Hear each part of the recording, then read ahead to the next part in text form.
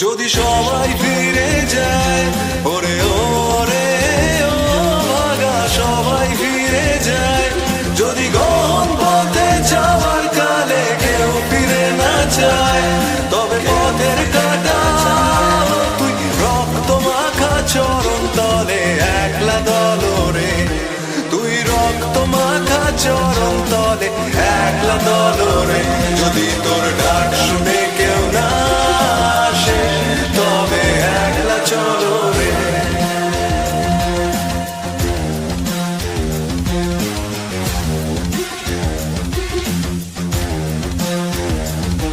যদি আলো না ধরে, ওরে ওরে ও ভাগা আলো না ধরে, যদি ঝড় বাদলে আধার রাতে দুয়ার দেয় ঘরে, তবে বজ্রানলে আপন বুকের পাঁজর জ্বালিয়ে নিয়ে একলা জলরে, আপন বুকের পাঁজর জ্বালিয়ে নিয়ে একলা জলরে, যদি তোর ডাক শুনে কেউ না আসে তবে একলা চলো রে।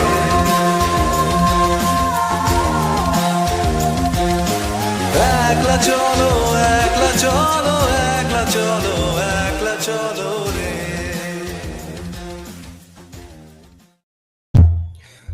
Hi guys, thank you for joining the live stream. The mic just dropped for some reason. Lol. You can't make these metaphors up. Well, I guess I have turned on the mic. Okay then. So,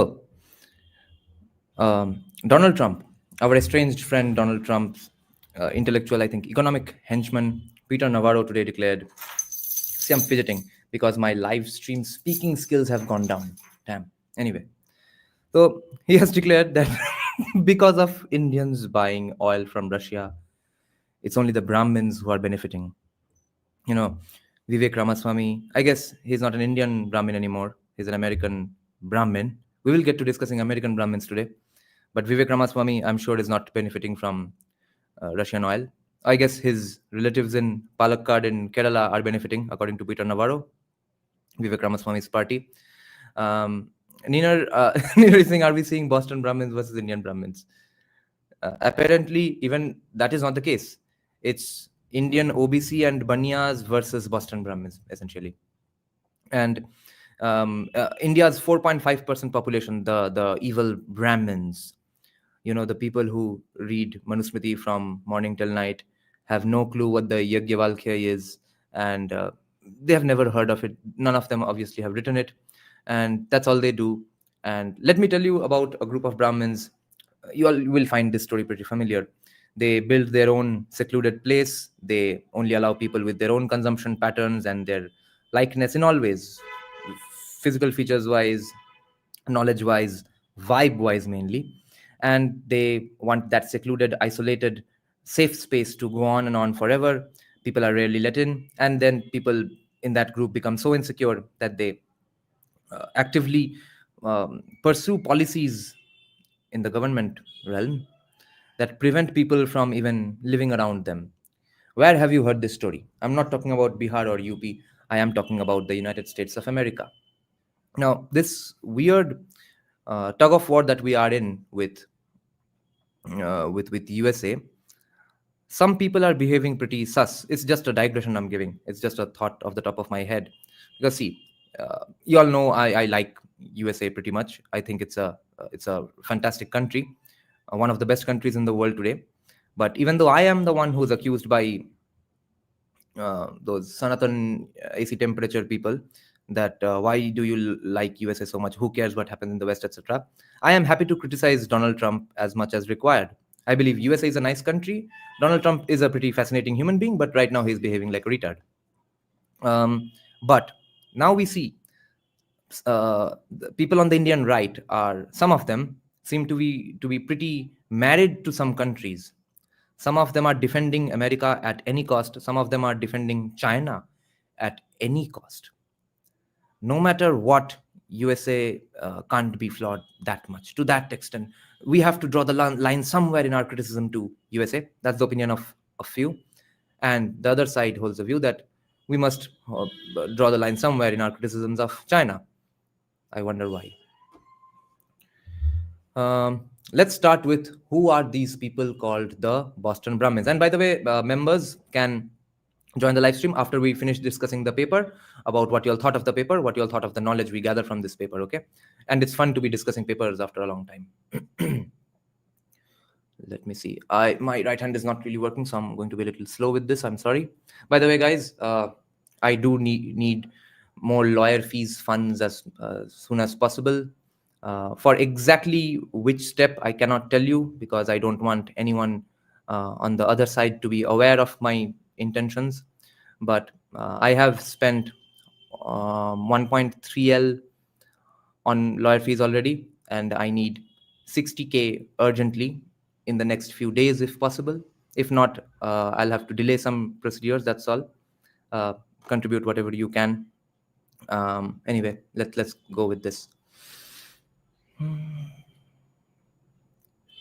How do I do this? Window. Yeah, almost done.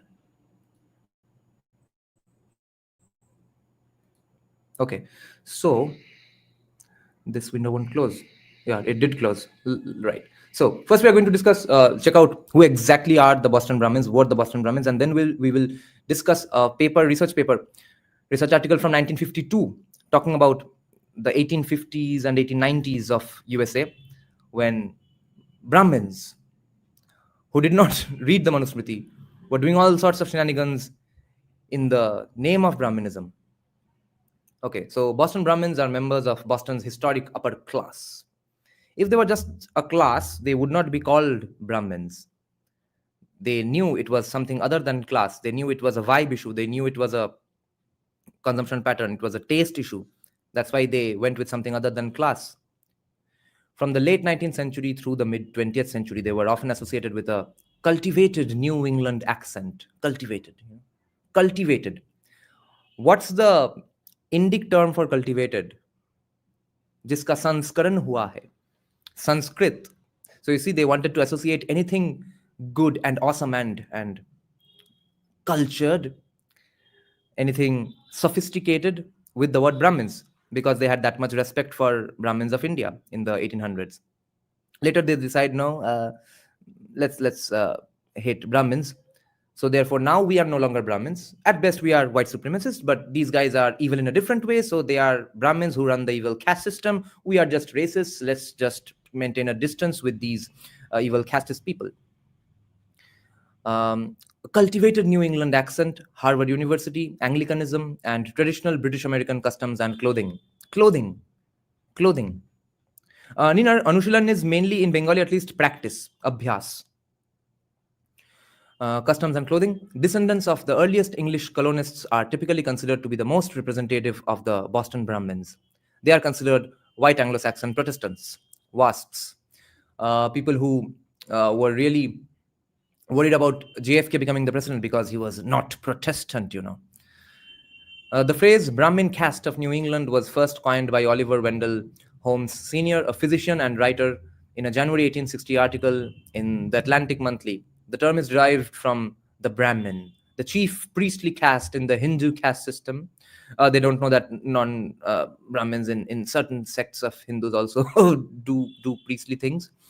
The appropriated term became a shorthand to refer to the old, wealthy, and elite New England families of traditionally British Protestant origin that became influential in the development of American institutions and culture. The influence of the old American gentry has been reduced in modern times, but some vestiges remain, yes, primarily in the institutions and the ideals that they championed in their heyday. Doesn't it sound very familiar with BBK of Kolkata? What you will notice is, this is not relevant for a random Pandey surname in Bihar. But what you will hear about and read about in the description of Boston Brahmins and in the paper, okay, about their intentions of maintaining their safe space, you will see stark similarities with BBKs of Kolkata. BBKs of Kolkata are the BBKs. The rest of them aren't really BBKs in this sense. Characteristics. The nature of the Brahmins is referenced in the Dodgery Boston Toast by Holy Cross alumnus John Collins Bossidy. And this is good old Boston, the home of the bean and the cod, where the Lowells talk only to Cabots and the Cabots talk only to God. Let's translate this for Kolkata then. And this is good old Kolkata, the home of the Mach and the Jhol, Oh, Jhol and the March, yes, God, where the Bhattacharjis talk only to Dashguptas, no, and the Dashguptas talk to only Bhattacharyas, and the Bhattacharyas talk only to God, i.e., Karl Marx. Many 19th century Brahmin families of large fortune were of common origin. Fewer were of an aristocratic origin. The new families were often the first to seek, in typically British fashion, suitable marriage alliances with those old aristocratic New England families, descended from landowners in England, to elevate and cement their social standing. The Winthrops, Dudleys, Saltonstalls, Winslows, and Lymans descended from English magistrates, gentry, and aristocracy. So you see, Brahmins and Kayasthas were by and large, and especially Kshatriya Kayasthas, and by and large happy with this arrangement. All of Boston's Brahmin elite, therefore, maintained the received culture of the old English gentry, just like the Kolkata BBKs, including cultivating the personal excellence that they imagined maintained the distinction between gentlemen and freemen, and between ladies and women, Chotolok and Bhadralok. They saw it as their duty to maintain what they defined as high standards of excellence. Fair enough, duty and restraint. I don't think we have any complaints against the BBKs if we talk about competence and high standards of excellence up until at least the 1970s. What happened after that was a problem. But the bigger problem was that even up until 1970s, they actively prevent, just like they do even today when they are not really, materially speaking, that much in positions of power, but they try to maintain their safe space as much as possible. Even compare Bollywood and Tollywood, even Tollywood meaning Kolkata's industry. So many Christian musicians, Anglo-Indian musicians, Indian Christian musicians, so many Muslim actors, so many Muslim authors, Hindu authors, lyricists, Hindu directors, producers. So it's pretty much a diverse scene in Tollywood. And I heard Ajay Atul is an SC/ST family. Ajay Atul's family. They are an SC/ST composer duo. Okay, I heard. Not as a disrespect, obviously, someone looking to send the SC/ST act around on me. I'm astonished that even though they are SC/ST families, even then they had the technical know-how of music, and then they were able to become such incredible composers. They are my 6 favorite composers. Now, in Tollywood, there is nobody successful other than Brahmins, Vaidyas, and Kayasthas, not Muslims, not Anglo-Indians, not Indian Christians, not SC/STs. That is where Kolkata's BBK is similar to Boston Brahmins, not the elite of Mumbai. Mumbai's elite circles have their own consumption patterns, of course, where you need to fit in. Of course, everyone will have that, like the obsession with Islamicate culture, Urdu pronunciation, Urdu shairi, etc., the h pronunciation, etc. But the economy is such; it's probably the most wild west economy in the country. And therefore, there is much upward social mobility, which is why people from all sorts of backgrounds can become successful here without reservations. Not in Kolkata.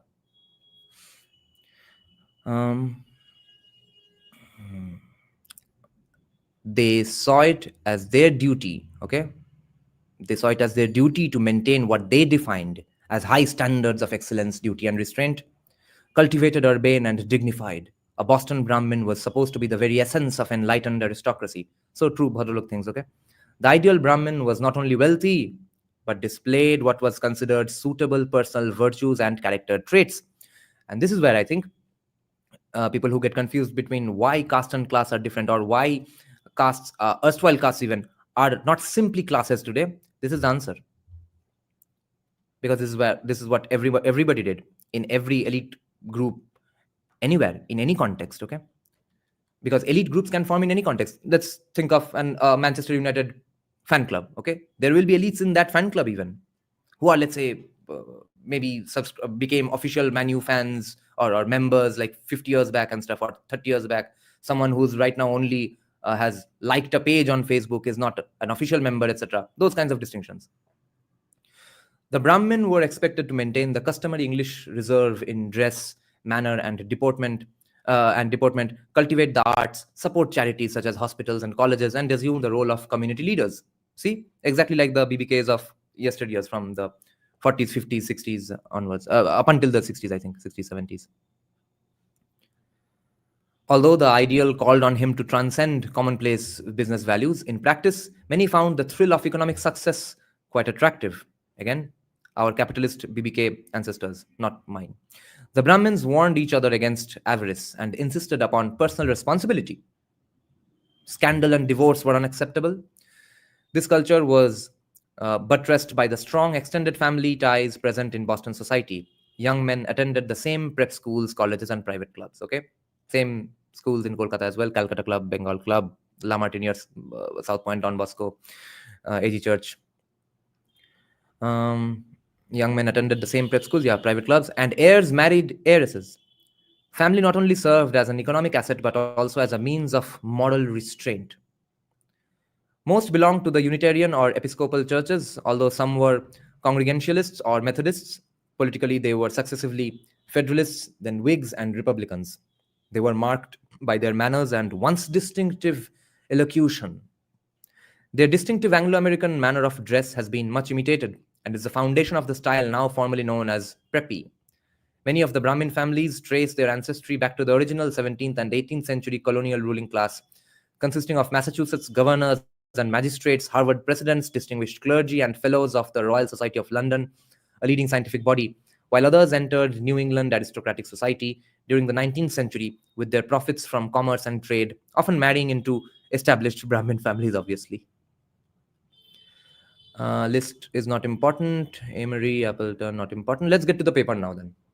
The paper is incredibly fun.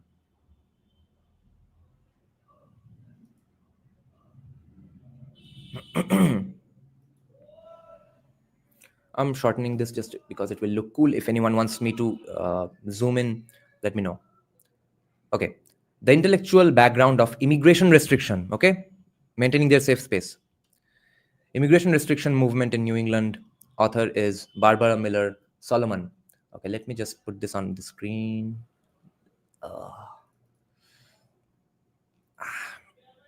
Wait, I can't even click with this hand.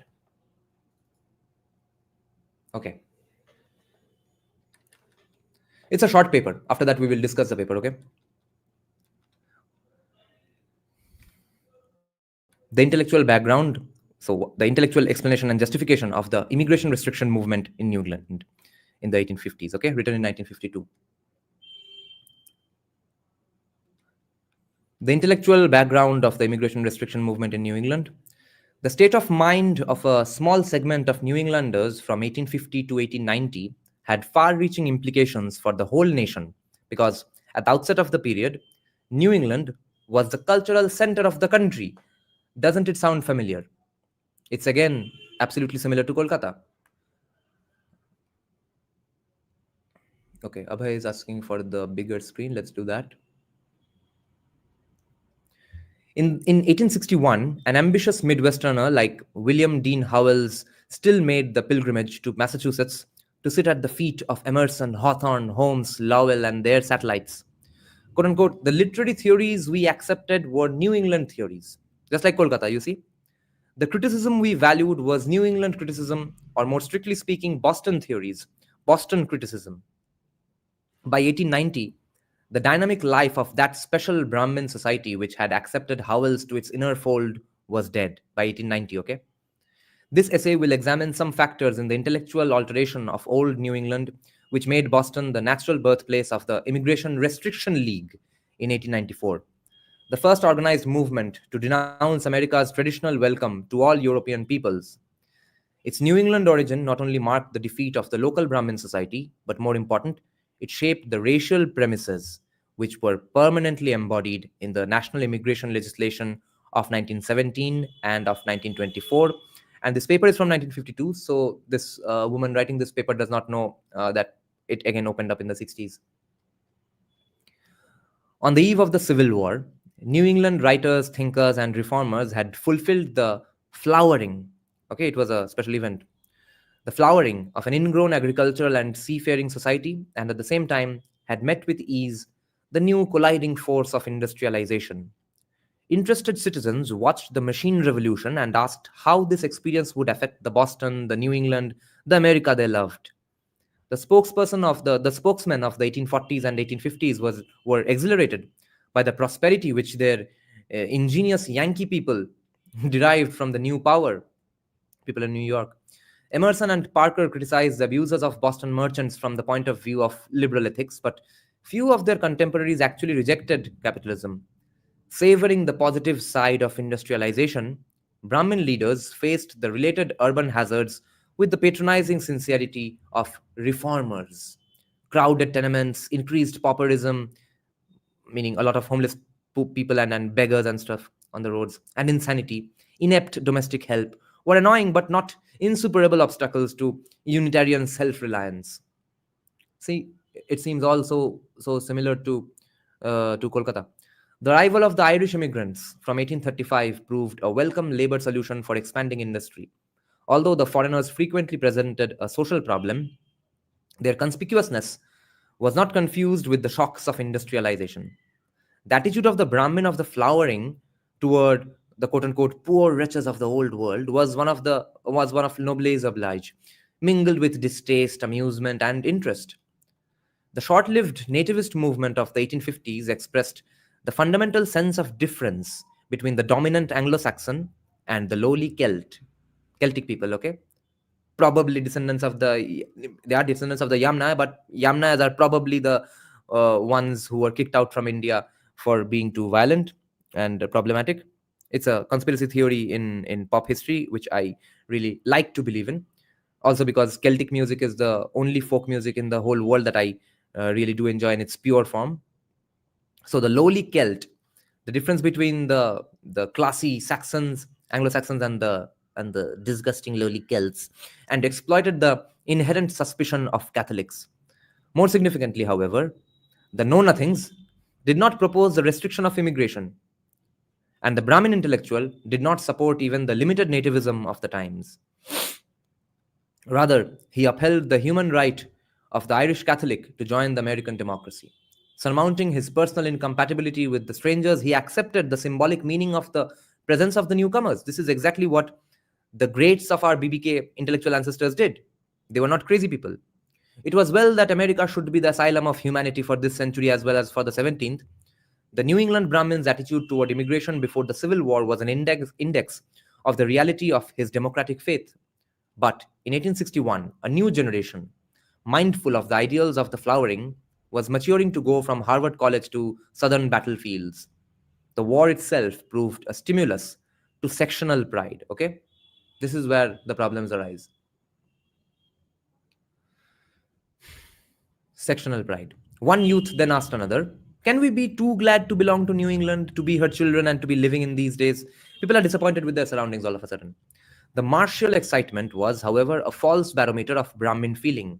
Such young men as Charles Eliot Norton and the Adams brothers, although committed to the self-reliance of their illustrious parents, lacked the indispensable self-assurance that went with it. In 1861, long before the education, Henry confessed to Charles that he was a failure, that he had no faith in God or in the spirit of the age. Sounds like the commie BBKs of Kolkata. And looking back to his youth, Barrett Wendell later wrote quite seriously that no one had ever grown to manhood in New England without being tempted to commit suicide. Yeah, definitely sounds like Kolkata of 2000s, or maybe even today. Finally, Henry Cabot Lodge, a less sensitive representative of this group, corroborated their thorough skepticism and their dismissal of inherited belief in human perfectibility. Dismissal of the inherited belief in human perfectibility. The Civil War only temporarily, this line is beautiful, guys. I have read the paper about up until 5 or 6 pages, but this sentence is beautiful. Listen to this.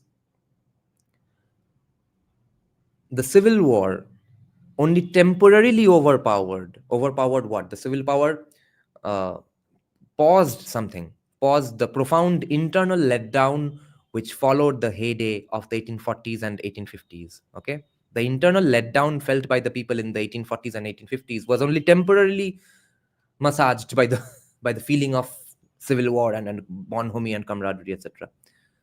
The post-war Brahmin felt constitutionally inferior to his predecessors of the flowering. What was more, he saw visible signs of the decline of New England society. There were sound strictures about it in the North American Review and the Nation. The family life of strictly native New Englanders was disintegrating into divorce more and more, and the birth rate was falling in the hub of the universe as the more fruitful Yankees went west. Yeah, sounds like BBKs of today. Francis Bowen, Harvard's guardian of Brahmin morals, warned his audience that the decay of the highly born and the highly bred was universal, whether in the Faubourg Saint Germain or in Boston. The self conscious New Englander admitted, quote, that the end of the war was the close of the old period, and that between then and now has come the time of pause. The old men are now dreaming away their lives, but the young men have not yet seen visions. End quote. This sounds like Kolkata of today. This breach between New England's past and its present was nowhere more radical than in the worn out religious framework and in the successive deviations from it. In 1861, for the most intelligent portion of society, self designated by Charles Eliot Norton, religion meant freedom of thought and independence of organized sects. Sounds like a Brahmo Samaji vibe. The rational approach to the universe was breaking down, however, even as it was acclaimed. The year before, Dr. Frederick D. Huntington, Harvard's professor of divinity and preacher of the university, had resigned these Unitarian posts. His subsequent adoption of Episcopalianism anticipated the future way for most Brahmins. By the 1890s, the furor over Phillips Brooks had become a genteel evangelical sensation. With the same quest, an individualist like Henry Adams was not satisfied with the religion of the heart at Trinity Church and found it elsewhere in the worship of the Virgin. More surprising was the number of proper New England ladies and ministers who traveled the whole road of conversion to Roman Catholicism. The shift, whether to the Church of England or the Church of Rome, indicated a new disinclination to cope with theological rationale individually, but rather to enjoy a stable ecclesiastical order. So you see, this sounds like the BBKs turning into commies. Finding the inherited Unitarianism emotionally arid and incapable of sustaining personal credos like the Transcendentalists, New England intellectuals in the post-war period sought comfort and authority outside their own traditions. The intellectual intensity which their forebears evoked through dogma, the latest Brahmins supplanted with aesthetics. Beginning with Hawthorne, okay, we don't even have aesthetics. Beginning with Hawthorne, I guess aesthetics, yes, Martin Bhattacharya, and a black t-shirt. Beginning with Hawthorne and Norton in their trips to Italy in the 1850s, New Englanders, despite their ingrained Puritan prejudice, became increasingly fascinated with medieval art and architecture. The Mughal era, the Mughal courts. Norton made the subject his mission at Harvard College. James Russell Lowell indulged in a Gothic flight in his poem The Cathedral. Above all, in Henry Adams, Mont Saint Michel and Chartres went beyond historical analysis and became a universe in which the unity of church and state, God and man, peace and war, life and death, good and bad was reached. This union of Gothic art and religion, however, was an unsatisfactory substitute for religious faith. It merely sublimated the pessimism of Brahmin skeptics like Norton, who habitually said art is dead, patriotism is dead, religion is dead. From the 1850s to the 1890s, the dominant generation of Brahmins never overcame a growing sense of weakness as individuals and as a group. The new religious and aesthetic tendencies only confirmed the fear that 2 centuries of a distinctive New England mode of thought had ended. But in one crucial respect, the Brahmins did not realize how completely they had outgrown the immediate past. They regarded the democratic faith of the flowering as their inherited capital and tried to live by it. From the start, however, they narrowed the range of democratic capacity to their own kind. Where have we heard this before? Considering themselves as members of an upper class, the best blood in America, they were proprietary in their obligation to the nation. So, Charles Francis Adams Jr. wrote to Henry from the war front, "Is not a century's work of my ancestors worth a struggle to preserve?" Good. With earnestness, not enthusiasm, these high-minded young men unconsciously reverted to the older federalist idea of society, attributing progress to the few who have been blessed with the opportunities and the rare genius fitting them to lead. Fair enough, I guess. Charles Eliot Norton, our BBKs were worse than this. Charles Eliot Norton regarded the future of the country as a trust in the hands of the intelligent and the prosperous classes. Yeah, this sounds like Kolkata. Similarly, Henry Adams wrote back from London, "We want a national set of young men like ourselves, or better, to start new influences not only in politics but in literature, in law, in society, and throughout the whole social organism of the country.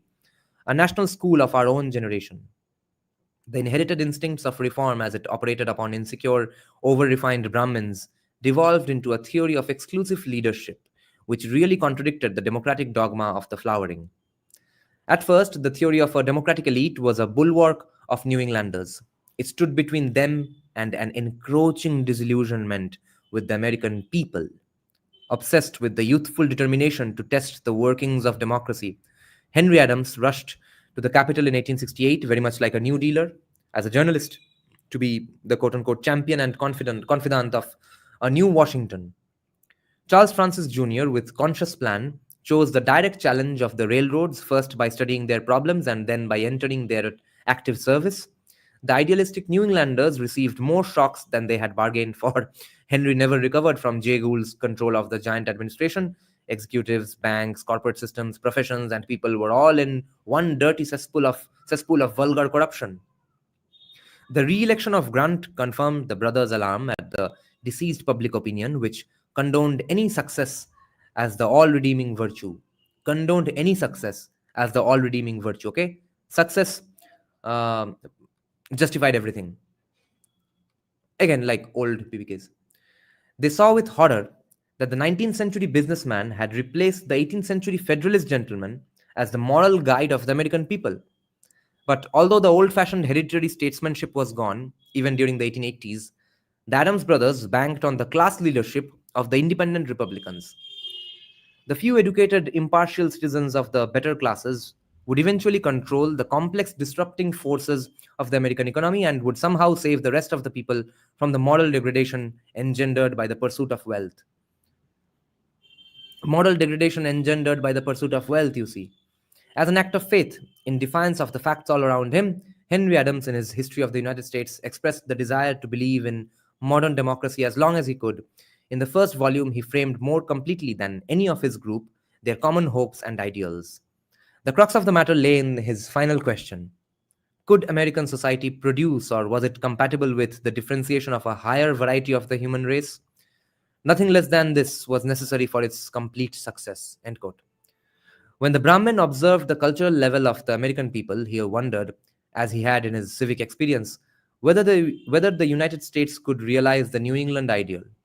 Charles Eliot Norton was bitter that in the midst of the barbaric wealth of the richest millions of people in the world, the North American Review and the Nation, almost the only evidence of thought in America, struggled for a bare existence. Sounds like elitist commies, don't they?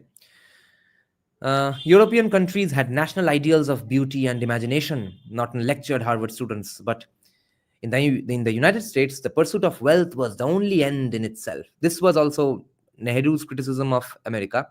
This was also forever all commie Bengalis' criticism of United States versus their appreciation for UK. In would-be liberal fashion, the Brahmin acknowledged the improved physical lot of the people and then shuddered at the pervasive materialism reflected in the press and in the public schools. Aping the criticism of Mill and Bryce, the New Englander harped on the dullness and uniformity of the American mind. The Adamses had recognized the general tendency of industrialization to destroy the uniqueness of persons and places, and Norton pointed out that additional factors leveled the native mentality.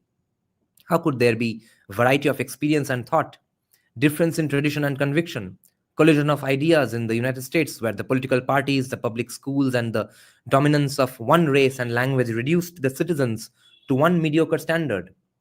Norton raised a feeble call to the better educated, the Harvard graduates, to resist the contemporary inferiority and vulgarity.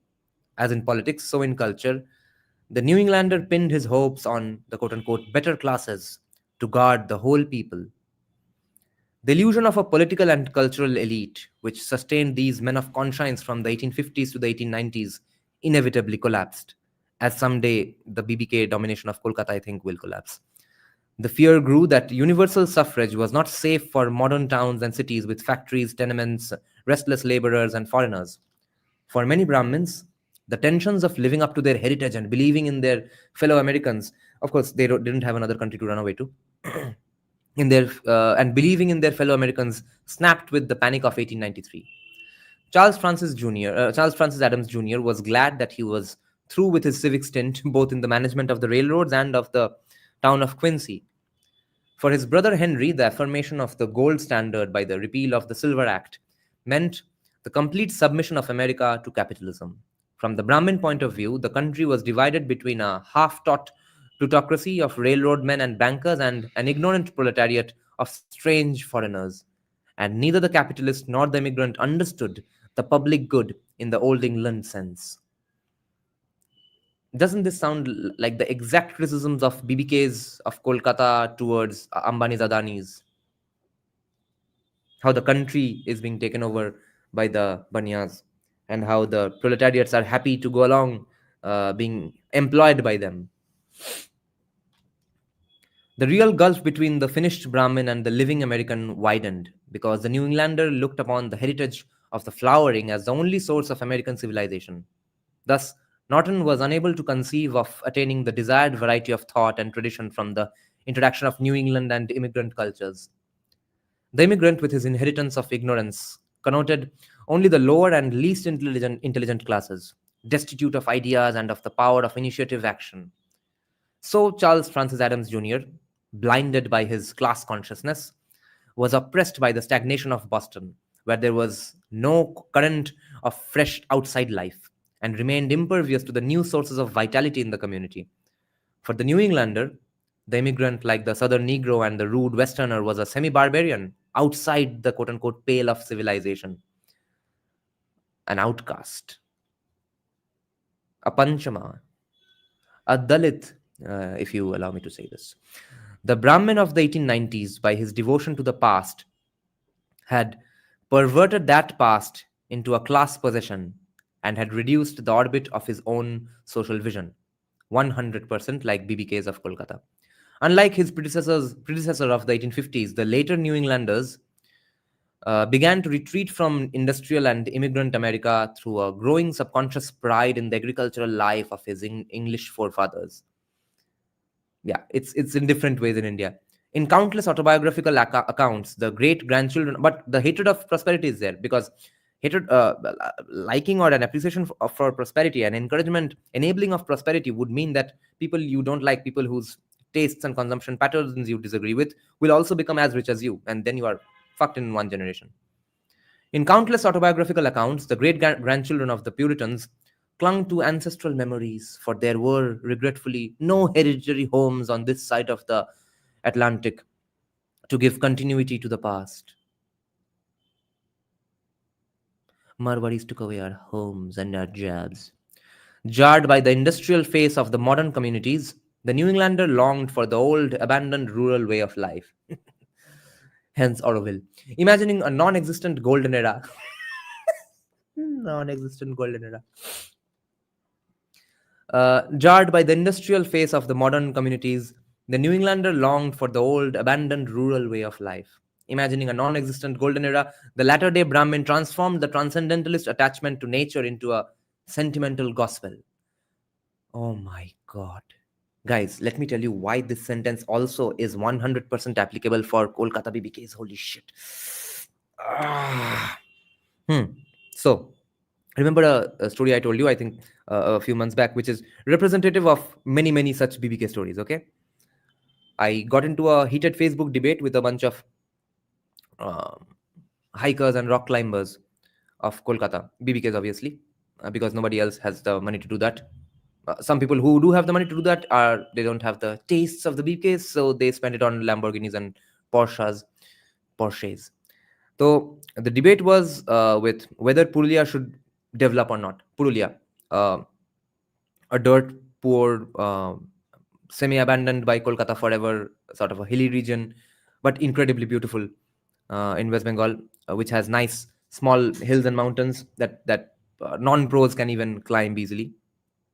So there was some development announced, I think, by the central government or by the state government, I don't remember. About 5-6 years back, this debate occurred on Facebook. And the BBKs of Kolkata, who go there only for 4 days in the winters, were vehemently opposing all the development plans of Purulia, for Purulia. And why do they go there only for 4 days in the winters? Because the rest of the times it's about 45 degrees. It's insanely uncomfortable in Purulia. And the dirt poor people there, especially the ones who are not corrupt, live in dilapidated conditions pretty much. And I had a crazy, creepy conversation with a leftist relative once. Our environmental science teacher was from Purulia, and he used to hate the CPIM. One of the reasons was that his wife or his about to be born child passed away, and basically his wife had a miscarriage because of the distance and the quality of the roads on the way to the hospital, local government hospital in Purulia. And the hospitals were pretty inept to begin with. There were not enough facilities, etc. Today only Keshav Bedi was saying socialism means government hospitals saving your life, and capitalism means insurance companies taking away your refusing your insurance, etc. Yes, Manuvadi Kami, yes, that's how all these insurance companies survive everywhere in the country. So many companies survive by refusing uh, insurance to so many people. Anyway, but they do those things often, but in the end they are dealt with by both two parties who are stakeholders, who have skin in the game. Government hospitals, whether they kill you or not, will go on because they are run by third party non stakeholders. Anyway, so I was telling this story to that leftist relative of mine, and she was an elderly gentlewoman, Bhadra Mohila, and she said, well, who asked him to uh, live in Purulia at that point when his wife was pregnant? Why couldn't he come to Kolkata? Because he was pretty good in studies. He was about to become a teacher anyway, although he was probably a teacher by then anyway. Why couldn't he just come to Kolkata? Problem solved. Why are you blaming CPIM for this problem? So, check the statement here then. Jarred by the industrial face of the modern communities, the New Englander longed for the old, abandoned rural way of life. Imagining a non existent golden era, the latter day Brahmin transformed the transcendentalist attachment to nature into a sentimental gospel.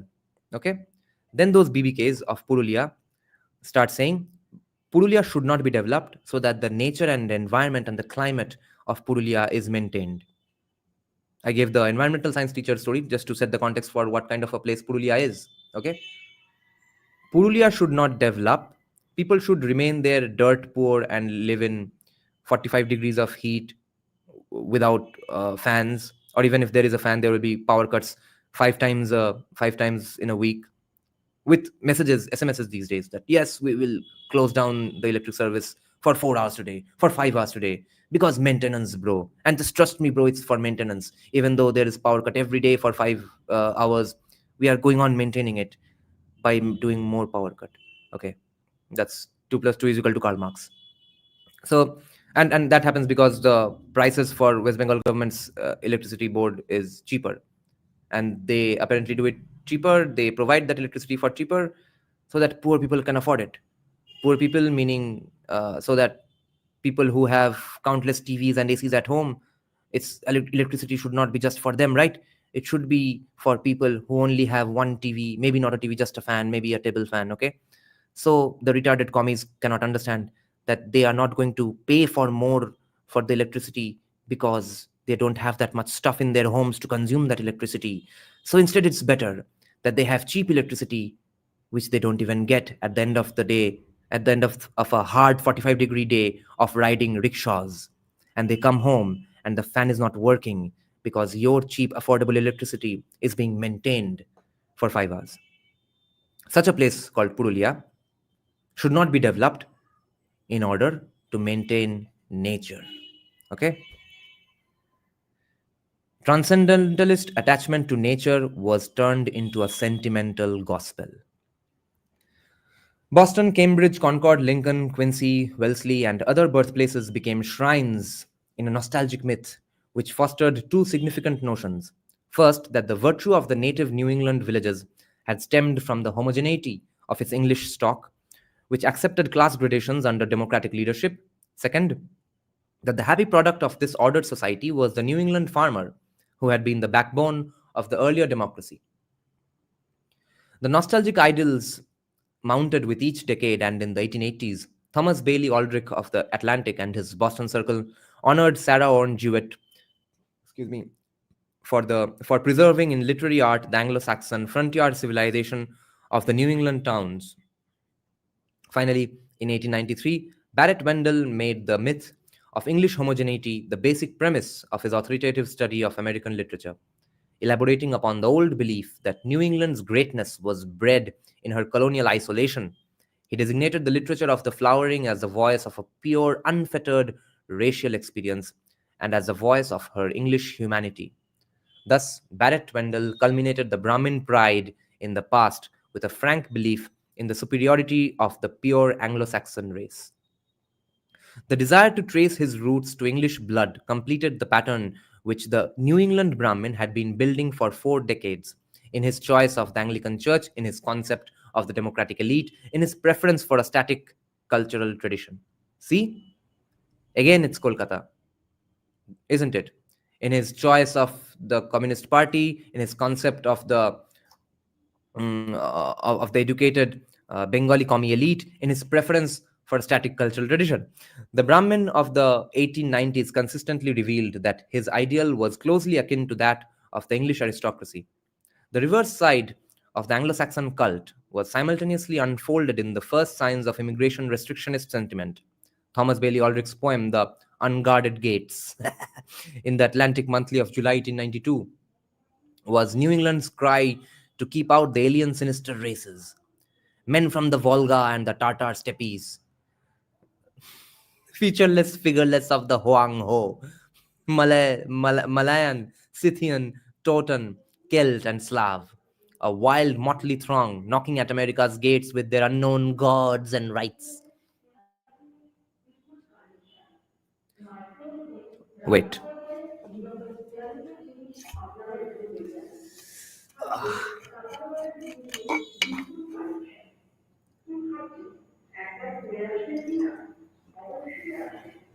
Yes, Varun Dev. Do we need roads? Do we need to destroy the nature of Andaman? The Englander was then ripe for the ideology of social Darwinism, which gave scientific strength to his own instinctive conceptions of racial superiority. The Brahmin had always believed that the social scientist learned from the researches of Francis Galton and others that the inheritance of qualities in man is as certain as among the lower animals. Okay? The inheritance of qualities in man is as certain as among the lower animals, and that talent rises gradually through generational development. It not be a genetic reason. It might be just an upbringing thing. I do believe in this sentence pretty much, but it's not because of genetics. By applying Galton's theory of heredity to a blueprint of the ideal American race, the New Englander interpreted the exclusion of the non-Anglo-Saxon races as the one hope of salvaging democratic society. And by the same token, the Brahmin looked forward to the end of the ceaseless flux in American society, for it was the continuous emigration of human beings, first from Europe to America and then from east to west in the United States, which had robbed the nation of the class stability for which the Brahmin yearned. Ironically, the idealization of the New England heritage had hardened into an idolatry. Listen to this sentence. Fascinating. The idealization of the New England heritage had hardened into an idolatry, which destroyed the creative experimental quality of that past. Again, Kolkata. This is Kolkata of 2020s, guys. The idealization of the New England. Okay, let's just apply this sentence for Kolkata today. The idealization of the Kolkata heritage had hardened into an idolatry which destroyed the creative experimental quality of that past. Emerson had rejoiced in the vision of an American race forged in a smelting pot of European nationalities, but Barrett Wendell reserved the American dream for the Anglo-Saxon alone. In 1894, Boston became the center of the advance guard movement for the restriction of immigration and lent her influence to spreading the idea that the capacity for democratic citizenship was an inherited characteristic which could not be developed equally in all races. Could not be developed, according to them. Repudiation of a free America for all was the last step in the Brahmin deviation from the ideals of the New England flowering. They basically muddied the names. They defamed their own ancestors, just like BBKs of today. Fascinating paper. Let's discuss some comments, and if anybody wants to join the live stream to discuss this paper and today's topic, they are free to. The members can see the link in the posts section, okay, community post section, it's a members only link. Okay, let's check some comments. Piche kya chal raha hai? I think some political stuff. And when you make roads for a while, the mountains will be disturbed, but once they settle, they will help generations. Yes, but they will destroy the village lover vibes among the BBKs, Rishabh, for 2-3 winters. Shaptarshi saying off topic. Yes. Oh yeah, Shaptarshi, you're talking about Bahar, right? Yeah, Asad Noor has been alerting people about it. I don't know what's the calculations going on in Delhi that Bahar is still in Indian government's shelter. I guess just because he's from Awami League. I don't know. I haven't followed that all that much. This is why I love Edgar Allan Poe. Lol. Purulia needs to be Jharkhandified. Pahadis bought this upon themselves. Tourism grows naturally when illegality is covered under the name of tourism. Then loopholes are misused. पूरे देश को कोलकाता बुला लो और कोई स्थान का विकास मत करो. सब कोई कोलकाता आ जाओ, प्रॉब्लम सॉल्व. तो फिर प्रॉब्लम क्या है? Okay, let academic man join the podcast. I'll just go ahead if you want to. वाह, अरे मुझे सबके लिए छोड़. What the hell? What should I be doing? हाँ, बोलो. So, are you guys enjoying? Yeah, this was a... No, I actually sent you another paper. That's the interesting thing. I thought this would be boring, and I think Neener and some people did get bored. But I didn't get bored because I saw the clear parallels between Boston Brahmins and Kolkata BBKs of today.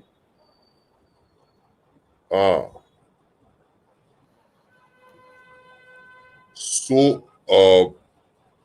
coming to the topic,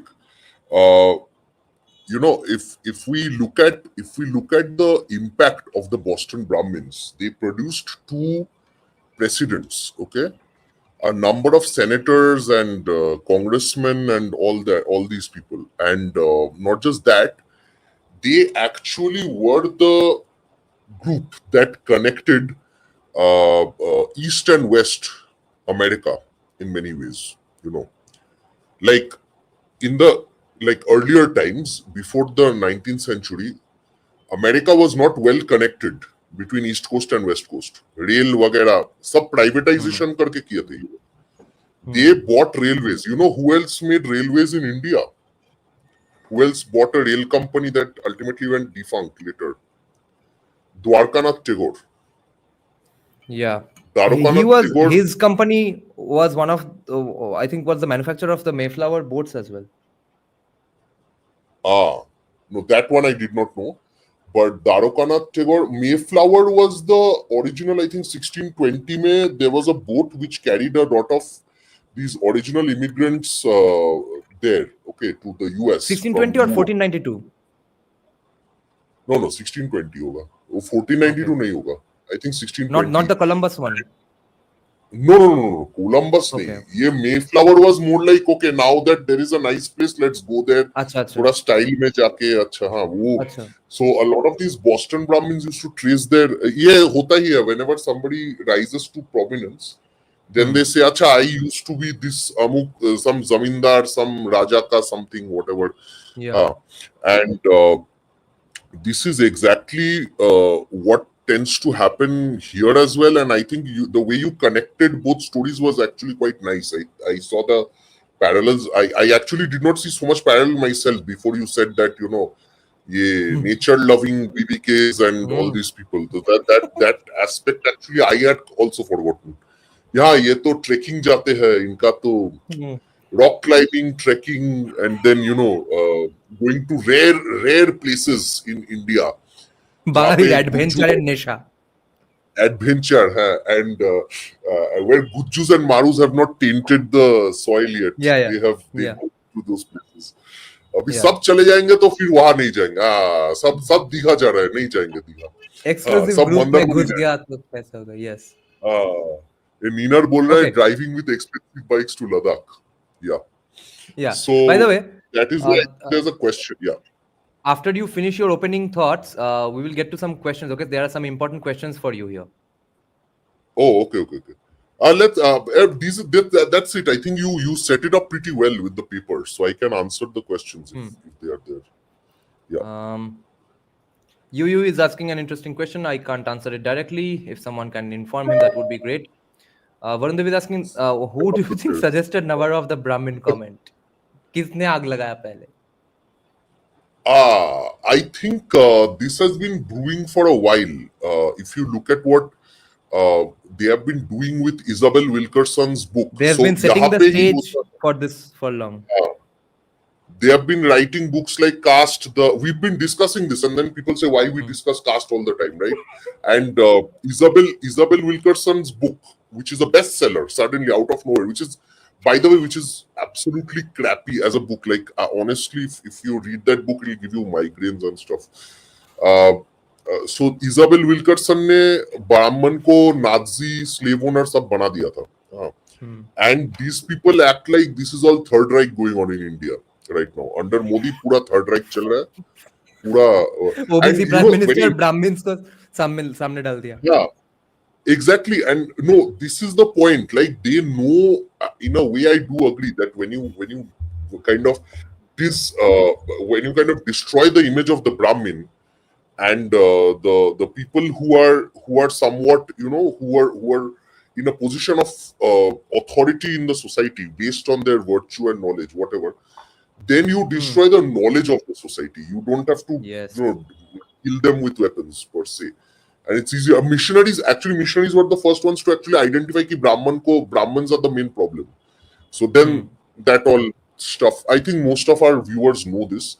But yahi problem hai ki why would actually something very interesting happened today. A friend of mine was watching with me a few days ago actually. There's a movie called Vice, which is Vice, one of the best movies ever. Guys, smoking is injurious for health. Smoking causes cancer. Say no to drugs and cigarettes every day. Yeah, continue. So this one, Vice, jo movie hai. So she was watching a part of it, and she was suddenly surprised when she saw Hillary Clinton and Mike Pence, Republican and Democrat, both came together to support the Gulf, Iraq War. Okay. And Iraq War, so she was very surprised that ye Democrat or Republican sab mil gaye hai yahan pe.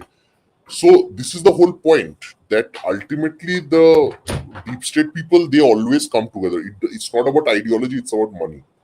Yes. And as you can see, the left is basically supplying them the narratives, anti-India racist narratives and stuff like that. So that's working. The left's job has always been to supply the narratives. That's what we also keep saying. India may be wahi hai. Even now, Republicans you won't find Republicans actually coming up with a lot of great stuff when it comes to narratives, even in the US. मतलब अभी भी जो mainstream narratives है वो अभी भी वहाँ का left ही दे रहा है, even though they are kind of defeated by Trumpism sometimes electorally, but still the basic narratives come from the left in the US. Yes. And the right is basically now trying to understand, which is why the right has now a number of female commentators like Brett Cooper, like Amala Punobi, like Candace Owens, like these people. They know कि white लोगों का नहीं चल रहा है, so they are like experimenting with women and minorities, black conservatives, and all these people. So that's the whole thing. That this is basically the left, the right succumbing to the left on the ideological front, if you think about it. And left wale always they can build stereotypes in such a way that they can make even the most normal, nice people look like evil people who are monsters, right? And their latest the Brahmins are targeted. And what has Indian government done? The Indian government has not done anything to combat this kind of stereotypes. Now, nobody talks about caste in Japan or the West or any other place. So, of course, till that keeps happening, Brahmins will keep being targeted. That is not a, अभी Republican भी कर रहे हैं, मतलब Trump वाले people भी are also doing it. Yeah. होगा ये और, and expect more and more, because the Indians there are richer than the average whites. I guess more and more such racial attacks will increase. कम नहीं होगा Yeah, और yeah. Cast पे होगा. That is to justify. जैसे कश्मीरी पंडित के ऊपर justify किया था, is the same logic as that. Yeah. Before you take Varun Dev's next question, I'd just like to answer Yu's comment here. Why no Renaissance happened in Punjab like Bengal, or the rise of Sikhi can be seen as the Renaissance of Punjab?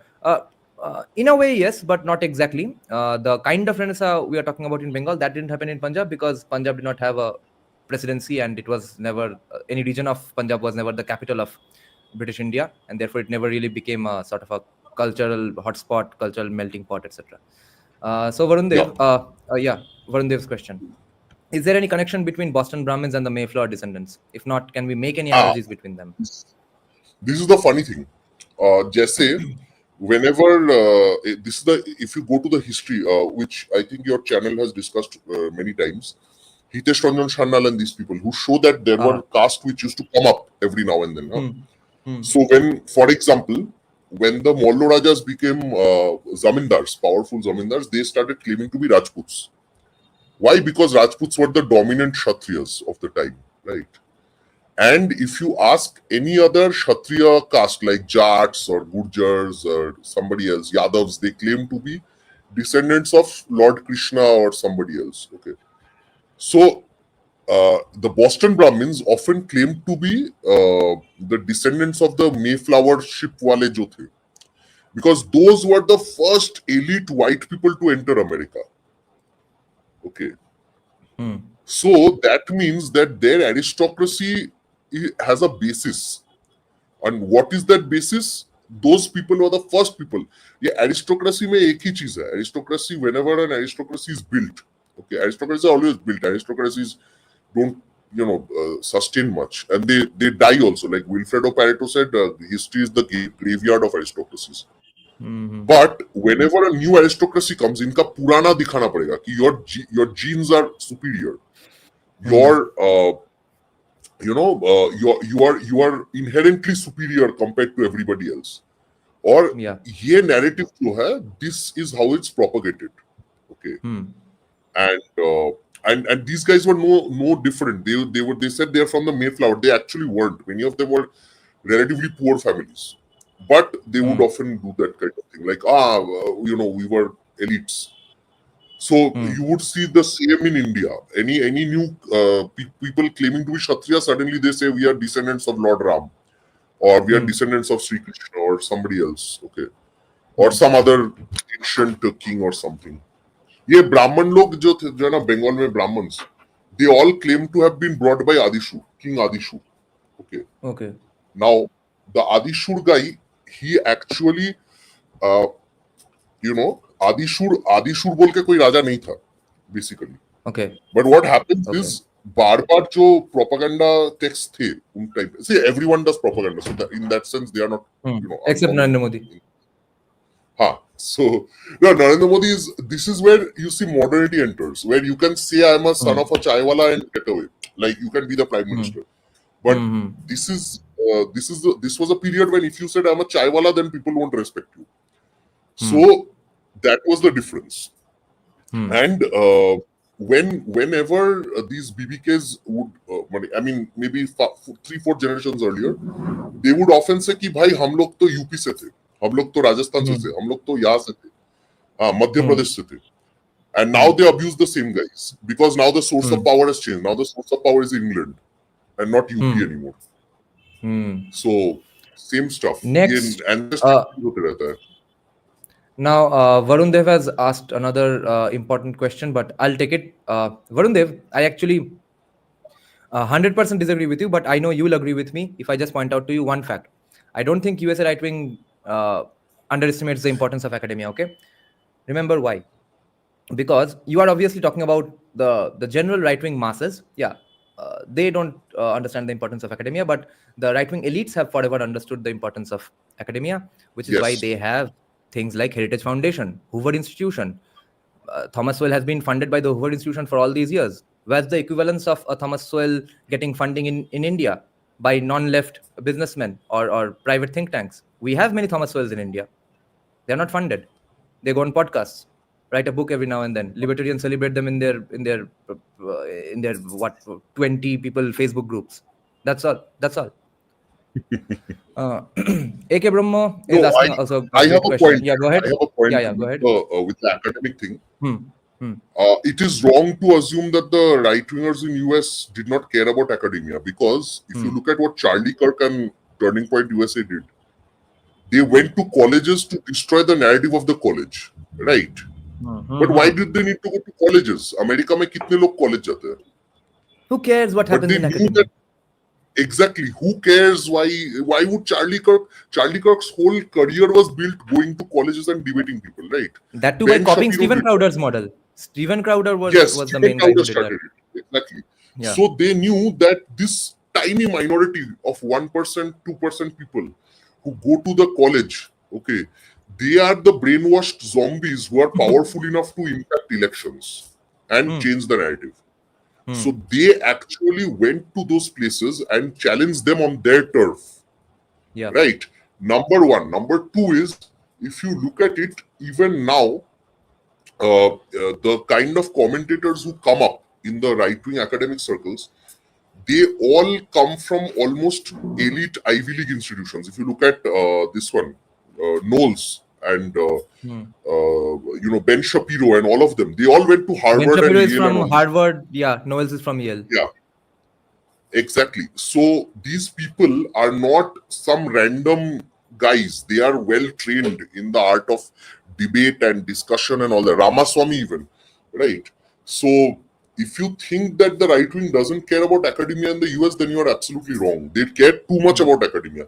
In fact, that's why Matt Walsh made those movies. What is a woman? Am I a racist? All these things, right? He took that to this one. He took those to academics in the US to show that they are wrong, but he challenged them. Nobody reads Robin DiAngelo. If you go to a village in Texas, nobody knows of Robin DiAngelo, right? But still, this guy makes one of the highest grossing documentaries of all time, Matt Walsh. Am I racist? Yeah. Where he invites these university intellectuals to debate him or teach him, and then he makes fun of them later. But that's the whole point. He's inviting them. Why is he inviting these people? That's because he knows that they are powerful. They have power disproportionate to their, impact. Yeah. Varundev, another great comment here. But Dada, did Republican governments defund leftist academia, fire leftist academics? I don't think so. They didn't need to, because they have their parallel institutions. We need to either defund or come up with parallel institutions, none of which is being done in the country. Okay, let's take Ekbrahmo's question, and then we will take some from Rishabh and Varundev again. And then we will move on to what Nina is trying to show us. Okay? And then we will take Navarro. AK Brahmo is saying our BBK is the new manufactured Brahmins of India, done by the Anglo-Saxons to Trojan horse the Hindu community. Very interesting, because we were just discussing a paper, you and I, a few days ago, called the Bengali Pharaoh, where racial, Herbert Risley, who did the racial mapping of caste, his discourse heavily influenced the BBKs of Calcutta of that time. ये लोग सोचते थे कि we are actual, Aryan invaders, and we deserve to be in the top. In fact, there was a book that was written after Risley's thing, which said that actually Risley is wrong. Risley said Bengalis are mostly proto-Mongoloid. Okay, and he's like, "Hare, हम लोग proto-Mongoloid कहाँ से? हम लोग तो Aryan race है, pure Aryan race." And then for those of you who don't know, there was actually a pro-Nazi movement in Kolkata run by Bengali Brahmins. There was, in fact, a book on it. The foreword for it was written by G.D. Savarkar, Veer Savarkar's elder brother. Yeah, go ahead. Yeah, and there was a school teacher called Ramesh Chandra, and he went around mapping people's noses and foreheads to show that upper caste Bengalis are actually Aryan invaders. Okay. And he was funded by the Maharaja of Kashimpur. So as you can imagine, the elites of Bengal were very much believers of the Aryan invasion theory. They were not the people who did not believe in it. Yeah. PC Mahalanobis, one of the key figures in that PC Mahalanobis anthropometry. actually praised Risley. You know that PC Yeah. Mahalanobis wrote article after article praising Risley, and he was the head of ISI, not Pakistan ka ISI, but even worse ISI, Indian Statistical Institute. Okay, and and he founded ISI and B.S. Guha. B.S. Guha wrote got his PhD from Harvard in 1924, called The Racial Origins of the Caste System. B.S. Guha, Biraja Shankar Guha, was also a friend of this one, PC Mahalanobis, and he was one of the founders of the Anthropological Survey of India. After and Mahalanobis, and he rose to power after the British left. मतलब बोले अंग्रेज चले गए अपने औलाद छोड़ के गए, that kind of thing basically. So these were the people. Next question by Varun Dev is, Dada, some historians claim that today's Rajputs are descendants of Shaka invaders. Is it true? Chair, वो तो सभी. Probably I have them, heard right? that. Mostly they were tribals. And they were assimilated. It doesn't matter. They were tribes, and then they were all bhil bhi kuch 10 generation बाद अच्छा खा P के new look हो जाता है सबका. So all of these stories, they are all based on fake stuff. If you do genetic mapping and stuff, it will all be fake. So then Rishabh is saying, why hasn't the jump happened again, since now the power center is New Delhi? Why are Indian intellectuals still stuck in London and Moscow? Because the power that they want has not really come to Delhi. वो अभी भी London में ही है. बहुत दर्दनाक question पूछ लिया सब. अरे दिल्ली का पावर सेंटर था तो मॉस्को ना. Why do we act like Delhi was a autonomous sovereign power center? कौन है ये दिल्ली? क्या है ये दिल्ली इनके लिए? अरुंधति रॉय लोगों के लिए तो वो पहली बात, वो सेल्फ घोषित ग्लोबल सिटीजन है, तो उनके लिए दिल्ली कैसे पावर सेंटर बनेगा? Exactly. And Delhi people themselves seek legitimacy from foreign places. Delhi, Mumbai, the elites of Calcutta, these cities, they all go abroad and seek legitimacy there. So obviously the legitimacy is abroad because abroad mein paisa hai. It's a simple. When you cut out everything, it's all money. That part of Marx is fine. Yeah. Okay. Next, then we will take in Neener. There are no significant questions right now. If you are available and if significant questions come in, we will have you on again. Definitely. Okay. Bye. Okay. Bye. Okay, Neener then. Are you still here? Namaste. So I wanted actually a academic man to check out the PDF I sent. Did you see that? Okay, wait. The YouTube video or the PDF? First the PDF and then the video you can see without it. Okay, I'll put it up here. Okay, then academic man, if you're hearing this, please come back. Neener wanted you to check this out. He seems to have unearthed some CIA documents. It looks like that.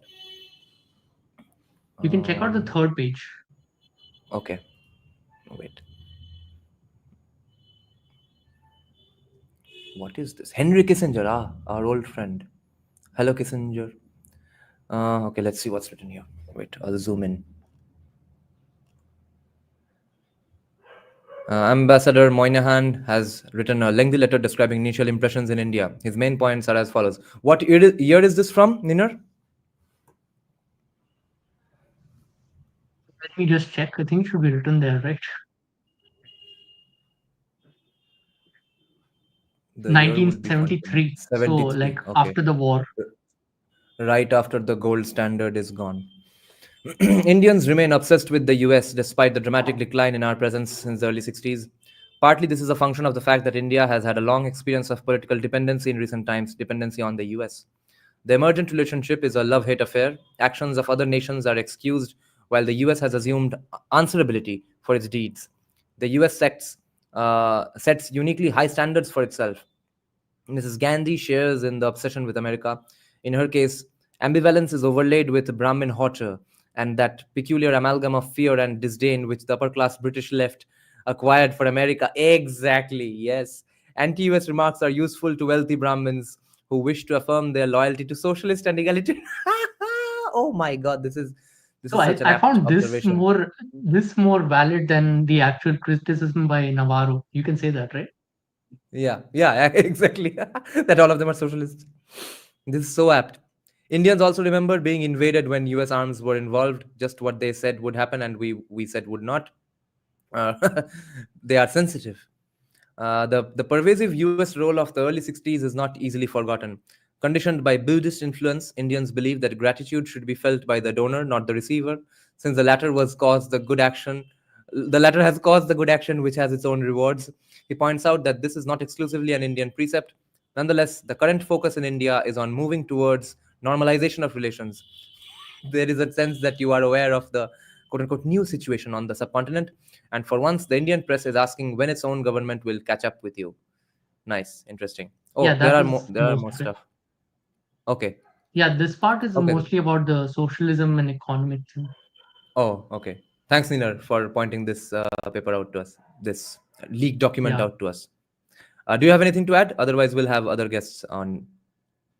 No. You can check out that Thomas Sowell video from Oh, around, yeah, I yeah, think, yeah. the 45-minute. From the Okay, wait. 45-minute mark, he talks about tariffs, but that is like Okay. the actual economics behind it. So you can try the Okay. questions before that, I guess. Let's check out his thoughts on tariffs. Then we will take in Nava Vimarsh.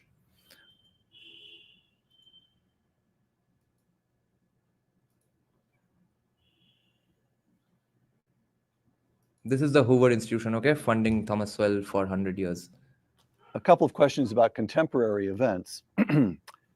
Let's start with Donald Trump and tariffs. Let me begin by quoting again from your book, Basic Economics. Quote, "The Smoot-Hawley tariffs of 1930, the highest tariffs in well over a century, were designed to reduce imports so that more American-made products would be sold, thereby providing more employment for American workers. It was a plausible belief, as so many things done by politicians seem plausible. But within 5 months, the unemployment rate rose to double digits, and it never fell below that level for any month during the entire history is repeating remainder itself. of that decade, decade of the 1930s. That's Tom Sowell in Basic Economics.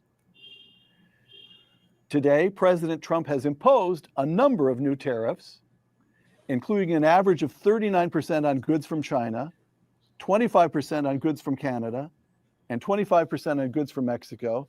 And the president has announced a further 25% tariff on all imported cars and car parts effective Thomas Sowell is dazed. 3rd. As we record this, that April This was 3rd, back in new April, 25% so tariffs on quite cars Okay. a while back. begin the day after tomorrow.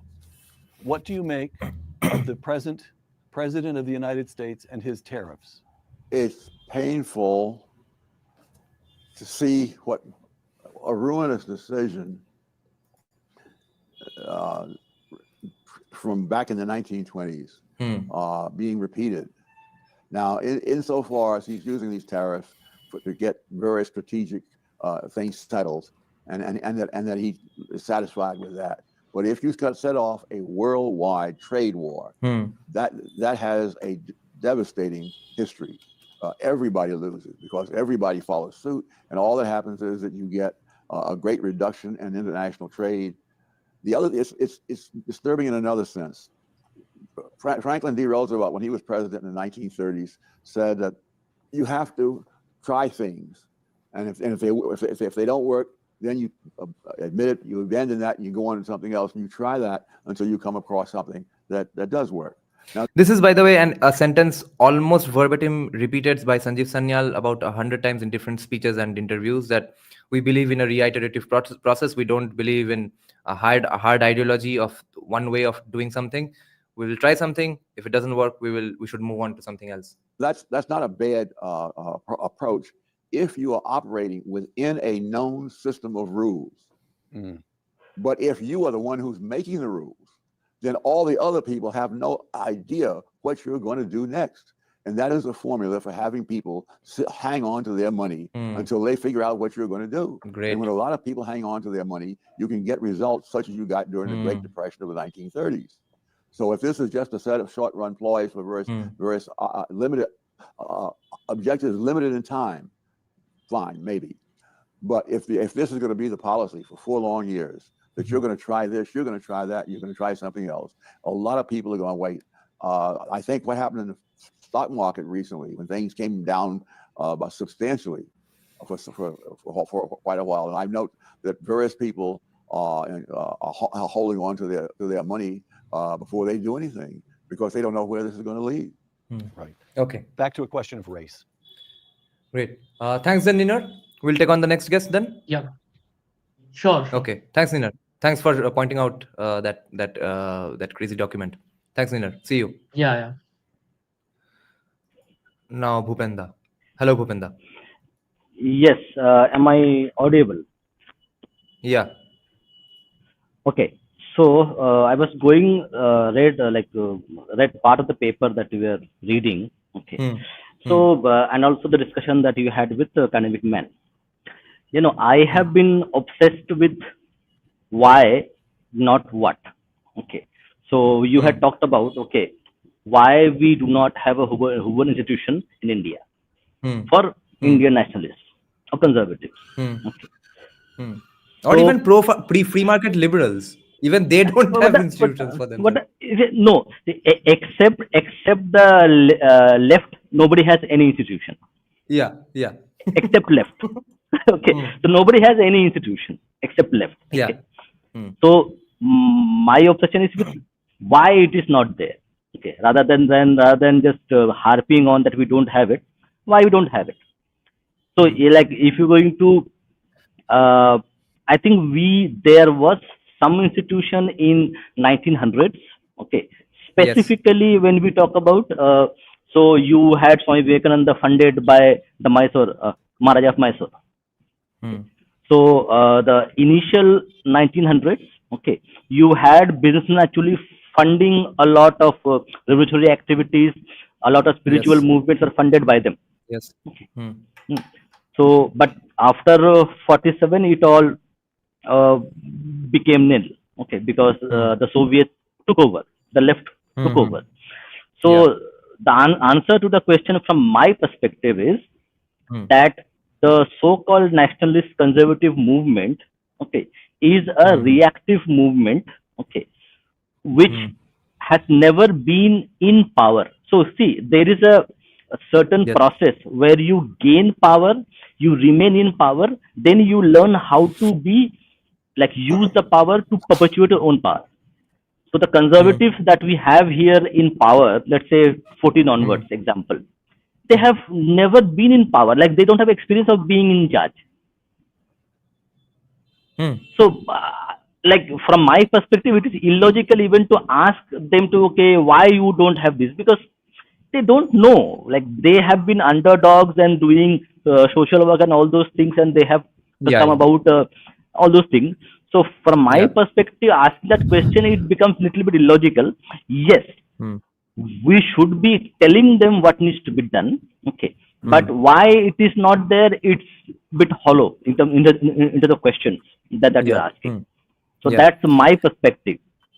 Yeah, and to disagree with you a little, my criticism here is not just for the BJP government; it's for all the pro-free market, pro-non-left businessmen as well, who should be funding institutions like Hoover Institution and stuff, because they are not government institutions. Heritage Foundation and Hoover Institutions are private institutions only. And to be fair, I think we all know that the elderly generation of BJP and RSS are in their hearts leftists only. They don't think anything else needs to be highlighted and stuff. They agree with every economic policy that any leftist has ever come up with. So yes, the next generation needs to I think ask the right questions and ask for the right things, which is institutions like Hoover and Heritage, and also government funding. And the thing you are pointing out, that only leftists in the country have institutions. Note that they have both. They have both government-funded leftist institutions. All government institutions are leftist institutions, and on top of that, they have private institutions as well, TISS and stuff. TISS Ashoka. So that is also an extension, because government was complicit in that thing. Private had to do that. It's an extension. It is not that the TIS exists as an isolation. TIS exists because there are already governments, institutions which are a part of the left academia, so they had to fund their own. Yeah. They are simply taking the fun forward, taking the party a little longer. That's Yes, yes. So that's how it works. And one more thing I wanted to actually talk about. See, now at least we have Bhavish Agarwal funding a few of the institutions. So of Ola, Yeah. I think he is funding the Vikram Sampath's organization. So there are few organizations which are actually coming up. So as also I remember we spoke about it. Mr. Shastri has told that institution building is a generation process.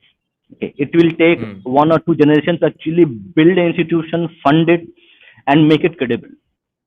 So, like if people in the chat are saying, okay, BJP is for 10 years and they have not built anything, it's not going to happen in next 50 years even. Yeah, I see it. Yeah, why? Do you mean ask politely? Only then it will happen. No. I am saying that rather at this moment, this is my opinion. At this moment, rather than asking government to go and fund your things, the best option is to like become like have first principles. Okay, the problem with the right wing itself is that we are too divided. Okay, you might agree with something, I might agree with something, but there are few things I will not agree with you, and that disagreement means that there is no critical mass which actually can put pressure on the government to get their work done. The right wing is too fragmented as a pressure group to actually get anything done, and that is something which is even right wing people acknowledge themselves that we are divided, so that's why we cannot get things done. So rather than harping on okay what's done, I think the primary motive should be to create first principles, agree on it, and start working on it rather than discussing okay what we do not agree on. Yeah, and fair enough. I have my first principle set. I'll just wait for the commie Hindutva socialists to agree with me. I'm not agreeing with them at all. Fine. Okay, Bhupenda, if you have anything else to add, otherwise I'm taking the next all guest. Done. Okay. Then see you later. Talk to you later. Yeah. Bye. Bye. Now we have Aryan Invader Trader. Hello, Aryan. नमस्कार दादा, आपका हाथ कैसा है? हाँ, चल रहा है रिकवरी, फिर से चेकअप, फिर से बैंडेजिंग, मगर थोड़ा बहुत टच भी थंब में बहुत पेन क्रिएट कर रहा है because of the tendon tearing and the dislocation. I did not know the pain will go on, linger on for so long. Yeah, go ahead. तो मैं आरंभ करना चाहता था, जय बनिया, जय मारवाड़ी, पूरे दुनिया भर में मारवाड़ी बीबीके को समाप्त करेंगे. ठीक है, तो यहाँ से आरंभ करते. तो मेरे पास कुछ बिंदु थे. ये जो बोला जा रहा ना इंस्टीट्यूशनल बिल्डिंग, इसमें 2 जनरेशन लगेगा, 3 जनरेशन लगेगा, 100 जनरेशन लगेगा, 100 साल, 150 साल लगेगा. उन लोग ने 200 साल लिया था. हमारे पास इतना समय नहीं है. उनके पास खाली मैदान था, हमारे पास नहीं है खाली मैदान. एक एक दिन जो हम लोग गंवा रहे हैं ना, वो एक एक दिन हमारे समाज को तोड़ रहा है. वो एक एक दिन हमारे परिवार तोड़ रहा है. वो एक एक दिन स्त्री और पुरुष में झगड़ा लगा रहा है. वो एक एक दिन जातियों के बीच झगड़ा लगा रहा है. वो एक एक दिन हिंदू संस्था पर आक्रमण किया जा रहा है और हिंदुओं को कन्वर्ट किया जा रहा है. तो आप 2 जनरेशन 5 जनरेशन नहीं रुक सकते. तो इसीलिए पुश करना पड़ेगा बीजेपी को. और बात ये नहीं है कि इंस्टीट्यूशन बनाया नहीं और 10 साल में इंस्टीट्यूशन बनता नहीं. बात ये है कि क्या आप उस दिशा में जा रहे हैं. बात ये है कि आपने 10 साल में आप कितना उस दिशा में लेकर गए. आपने कितने एकेडमिक्स को फंड की. आप तो एंटी इंटेलेक्चुअल बन के बैठे हैं कि इंटेलेक्चुअल से आपको घृणा है. तो ऐसे कैसे होगा. तो ये एक बिंदु है जिस पर लोगों को ध्यान देना चाहिए. आप बीजेपी को जीवन भर डिफेंड नहीं कर सकते कि टाइम लगेगा.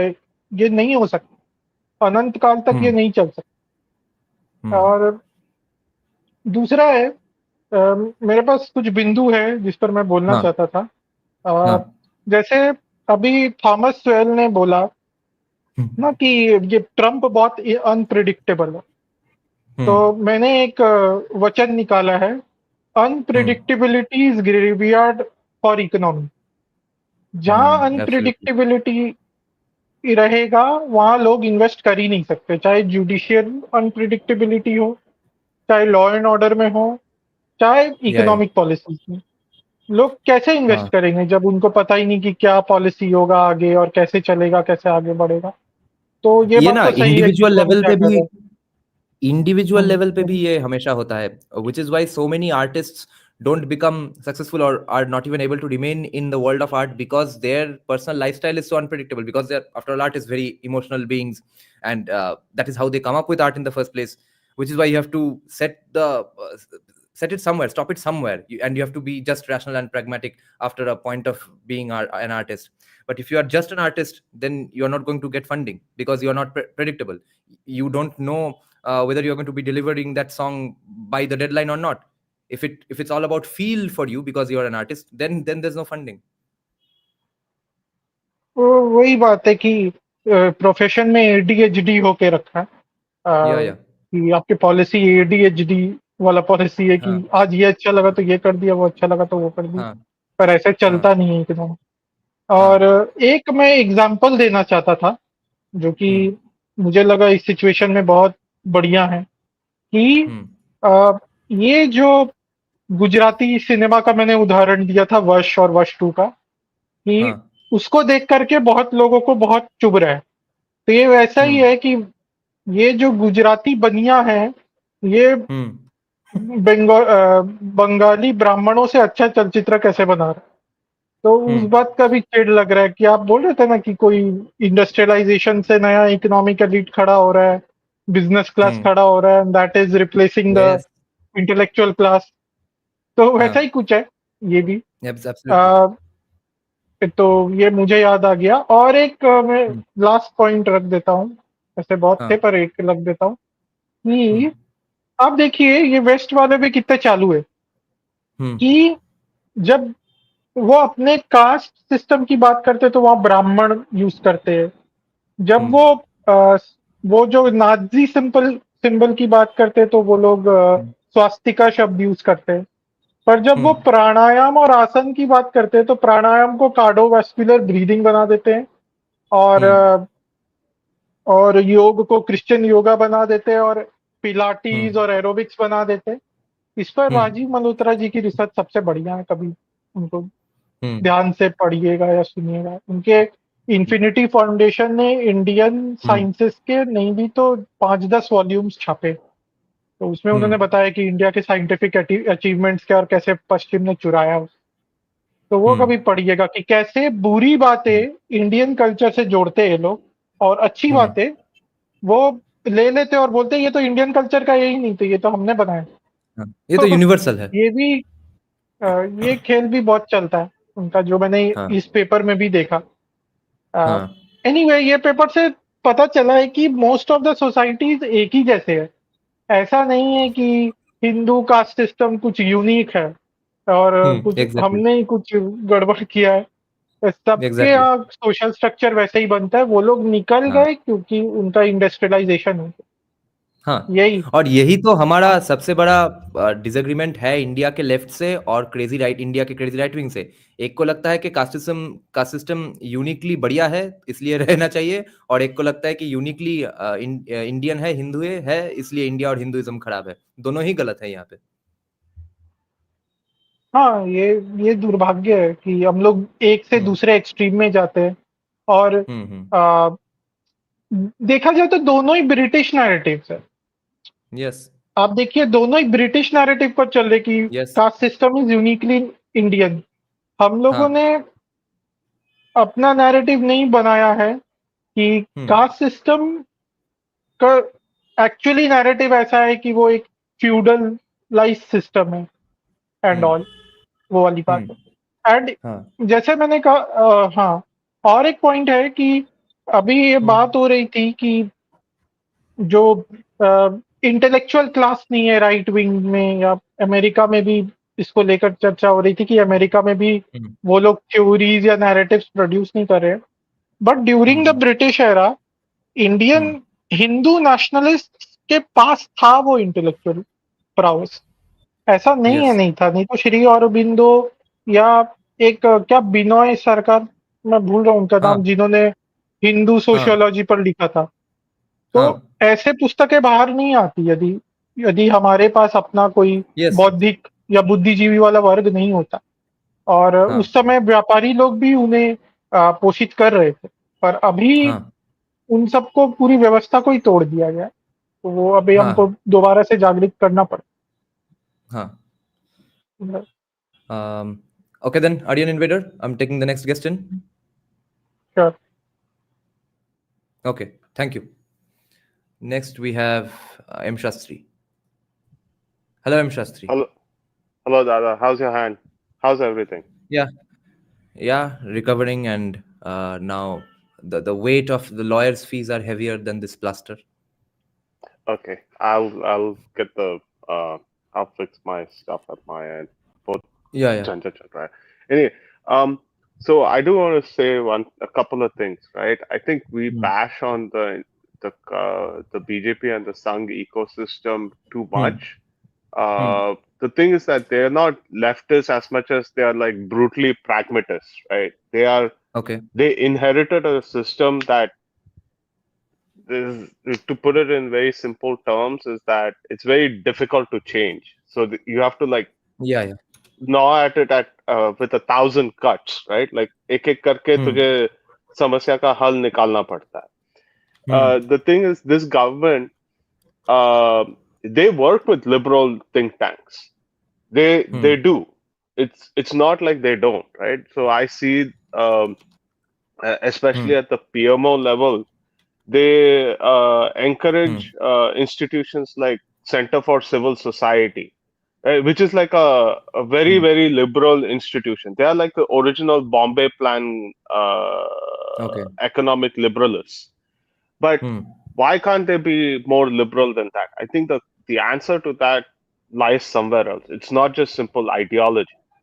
What I suspect is happening is that there are entrenched players, and the government, actually the party and the government as a whole, has to contend with them, right? So how do you build a fairly liberalized economic system while ensuring the entrenched players don't monopolize it? I think that's a big question that nobody has answers to. There's no good answer to it either, right? You have to look at it in a detailed manner and then deal with it that way. And I do see that happening from the government side. Like, especially, they're dealing with it in silos rather than more comprehensively. So take the example of, say, street vendors.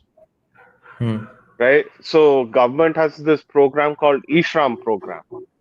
But they've built certain firewalls to ensure the smaller players don't get dislodged by larger, more resource players like McDonald's. Imagine if McDonald's comes out with a food truck. क्या होगा इन छोटे street vendors का, right? So they will work in the McDonald's street cars. No, not necessarily. Or take franchises and take a cut money and be happy with it. Yeah, they won't be able to scale it. Obviously, it's not very good for the health of the entire country's economy. Yeah. So it's like, I think the government has to deal with all these kinds of very, very tough contradictions, and it's not an easy path out, right? So I think it's one thing that we need to appreciate this. The second thing is, I think there's some misconception about like government not funding institutions. They do fund institutions, they do support them, but it's like very, very particular ones, right? So one place where I see government money flowing into is this Vivekananda International Foundation. For folks who don't know, this was a think tank founded by Ajit Doval. Okay. Yeah. So, right? And the third thing is, I think there's more that meets the eye, right? So there's definitely something, I don't know how to phrase this. So a month or two ago, CENJAOS, which is the Center for Joint Warfare Studies, which is a Ministry of Defense think tank, right? They had a live stream seminar by this one academic. I forgot her name. I have to look this up again. Who basically had this 1.5 hour seminar where they basically said like, oh, India has a problem with kitabi log. Like straight up to the most top ranking, like national security folks in New Delhi. And after that live stream was done, they subsequently took down the video and made it private. So you would only catch it if you watched it live, right? So in this context only, I was about to ask you, when you mentioned Vivekananda Foundation, I am reminded of the Shyama Prasad Mukherjee Research Foundation as well. My question is, I'm not asking this as a challenge, but because I don't know anything about these two institutions, have they produced any credible social science research that is that takes the fight to them? Some of them have, but I think it's also there's a as far as I can tell, there's like what do they do in general? Battle. What do these two institutions do in general? Vivekananda and Shyama Mukherjee. So Vivekananda is interesting in the sense that they do form government policy, right? How to react to the neighborhood, how to assess Chinese perceptions. Like they're very influential. They do form government policy, right? And they do argue a lot of debate a lot of perspective from a national security perspective. Vivekananda International definitely does that. They're more civilizationalist as well. But it's like we've never had this foundation, right? And we have a lot of work to do. I think this is the thing that people don't realize, and why we say it's like you need time, you need patience, right? Because this is a generational thing. So, for example, right, yeah, I mean, it is. Unfortunately, it is. So, for example, right, even as late as recently, you still have government babus who thought secularism is the government's primary policy, and they were rejecting like requests from countries like Vietnam saying that, hey, we want to do a Kumbhabhishek of this temple there. And the government babu was like, "Nee, hum secular state hai, hum ye sab cheez nahi karte," right? And we live in a system where you can't even fire these idiots. Yeah. So the only way to get rid of them is basically through what you call natural attrition. Unko give them a pathway into retirement. I mean, give them a pathway into retirement, and then train the next generation to basically like come up with better stuff. You are seeing that transition happening, right? Like the more younger diplomats are more forthcoming, they're more better, their policy formation has become better. I think that's because of the direction into which Narendra Modi is guiding them, not because they are better. And in terms of just the topics you discussed and their views in the Babu world, there, though, I think even the next generation is getting trained in the same yesteryear's horseshit. I mean, the thing is, they already have some innate talent, right? So, see, having talent is one thing. Having institutional frameworks and the organization to hone that is another thing, right? India is a country with infinite talent, but what keeps us behind is like, we are unable to utilize them appropriately. So it's not, I'm not saying they're dumb. Yeah, of course. Right? Even the bureaucrats of the Ansha regime, they're not dumb people. They're actually very smart people. The problem is that's the problem. They are smart at coming up with bad policies. Yeah, क्योंकि उनका framework ही वैसा बना हुआ है, right? And a lot of times is also that these guys have been beaten down into thinking in a particular way. And their education system, the things they study to become an IAS, all that is leftist only. Like, जो भी बोलना बोलो, right? At the end of the day, let me just put it this way, right? Jairam Ramesh knows more about Sanskrit literature and the Vedas than any right-wing personality you find on social media. मैं guarantee में लिख के मैं देता I हूँ, see. right? I see. उसको मंत्र मित्र सब आता है, हर कांग्रेसी को आता है, right? It's not like they don't know these things. They are very smart. वो ध्यान पे रखना चाहिए. But they're just one is they're ideologically captured. Two, उन लोग को they have a perverse incentive to maintain that they're living within that framework and they get benefit from that framework. So they have a perverse incentive to just maintain it. So it's not like, you know, हम लोग उन लोगों को उल्लू समझ के रखे, but they're actually pretty knowledgeable people, right? So वो भी ध्यान पे रखना जरूरी है. And also as a side note, right, this is unrelated to all our conversations right now. I also recommend you read this book called as 13 Months in China. If Hindu Vichardhara Didi is here, I think the Punjabi title is called Chin Mein Tera Maas. Okay. So it's not Punjabi. I think it's Hindi, like pre-independence Hindi. So I see. This book is written by a Rajput soldier, right? He's a fairly high-ranking Rajput soldier. माने कि British Indian Army में he reached up to a certain level, like colonel or something like that. And the thing is, like, he couldn't get promoted further because the Brits never allowed that. So he attained the highest rank as an Indian, and he got deployed into China in 1899, just around the Boxer Rebellion. Okay. And you might think the book is about China, but he starts from going to China, but he focuses inward and he says things like Kshatriya वर्ण तो गुणे के हिसाब से होता है. Like, it's basically he's saying that it's all about our attributes and not about birth. So I think that's an interesting book that you should read. Like pre-Savarkar, but like, you know, a different perspective. And I'd recommend another book is 1945, A Reckoning by I think, I forget the author's name. I think he's called Phil Craig. Okay. So this book is about General Timaya. Okay. So General Timaya is, I think, he was like the first Indian officer in the British Indian Army who fought in World War II. Later became a 3 or 4-star general. Right. The interesting thing is his brother fought for the Indian National Army under Subhash Chandra Bose.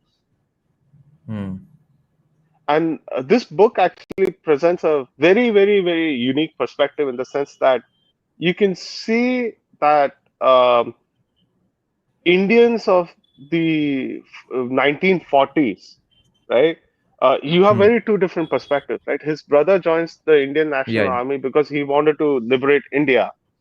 And Timaya joins the British Indian Army because he also wanted to liberate India. Like, he had a sense that after World War II, the British will be a spent force, and we need an army that's trained for independent India. So I think these are two books I would recommend. Okay. Okay, then Munshi Shastri, if you have something to add, you can come back later. We'll take in the next guest then. Yeah, go ahead. Okay. Now, Rishabh, are you still here, Rishabh, to discuss tariffs? Hanji. Go ahead. Hi, Dada. Hope you get better soon. Yeah, thanks. And thanks for the contribution to West Bengal's GDP in the last live stream. Of course. Whatever I can do to help. So before I start with the tariffs, just one thought that has come into my mind, hearing everything, is maybe it's not so much that the government is not doing it, it's not capable of doing all of these things, funding your right-wing institutions, stop funding left-wing institutions, reforming UPSC. I think it's just way down on the priority list of the government. I think they're focusing more on, you know, things that are low hanging fruits for now.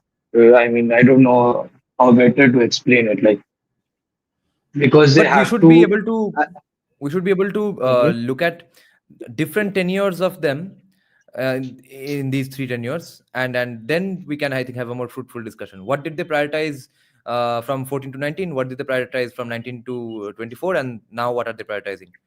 In any of that, does the things we like feature? No, not really. Yeah. Yeah, So I think what they when have is a PTSD from 2004 more than anything else. yeah, Because, yeah, fair enough. you know, yeah, because, they want to make sure that they balance out structural reforms with short term political things that will keep Of them in course. power. And I Yeah. think they did that a little too much from 29 to 24, which is why we saw Hmm. this result. So, Hmm. because you will see 14 to 24, there were a lot of economic things that happened. And from Yeah. 24 onwards, we are seeing that there are a lot of things that are happening more in the manufacturing, defense, all of that sector. Hmm. Yeah. So Yeah. I think, yeah, from 19 to 24, all that did was Ladli Burma. Yes. And And Varun Dev was asking before, something here. Wait, Mhm. just to add to this context only, Varun Dev made an interesting point here with which we need to disagree. Wait, I'll just find it. Yeah, here. He's saying that every time a PM does some good economic reforms, they lose elections. Can we risk Congress government again? But Varun Dev, this election losing because of economic reforms and winning elections because of bad economics is happening because of the narrative around bad economics.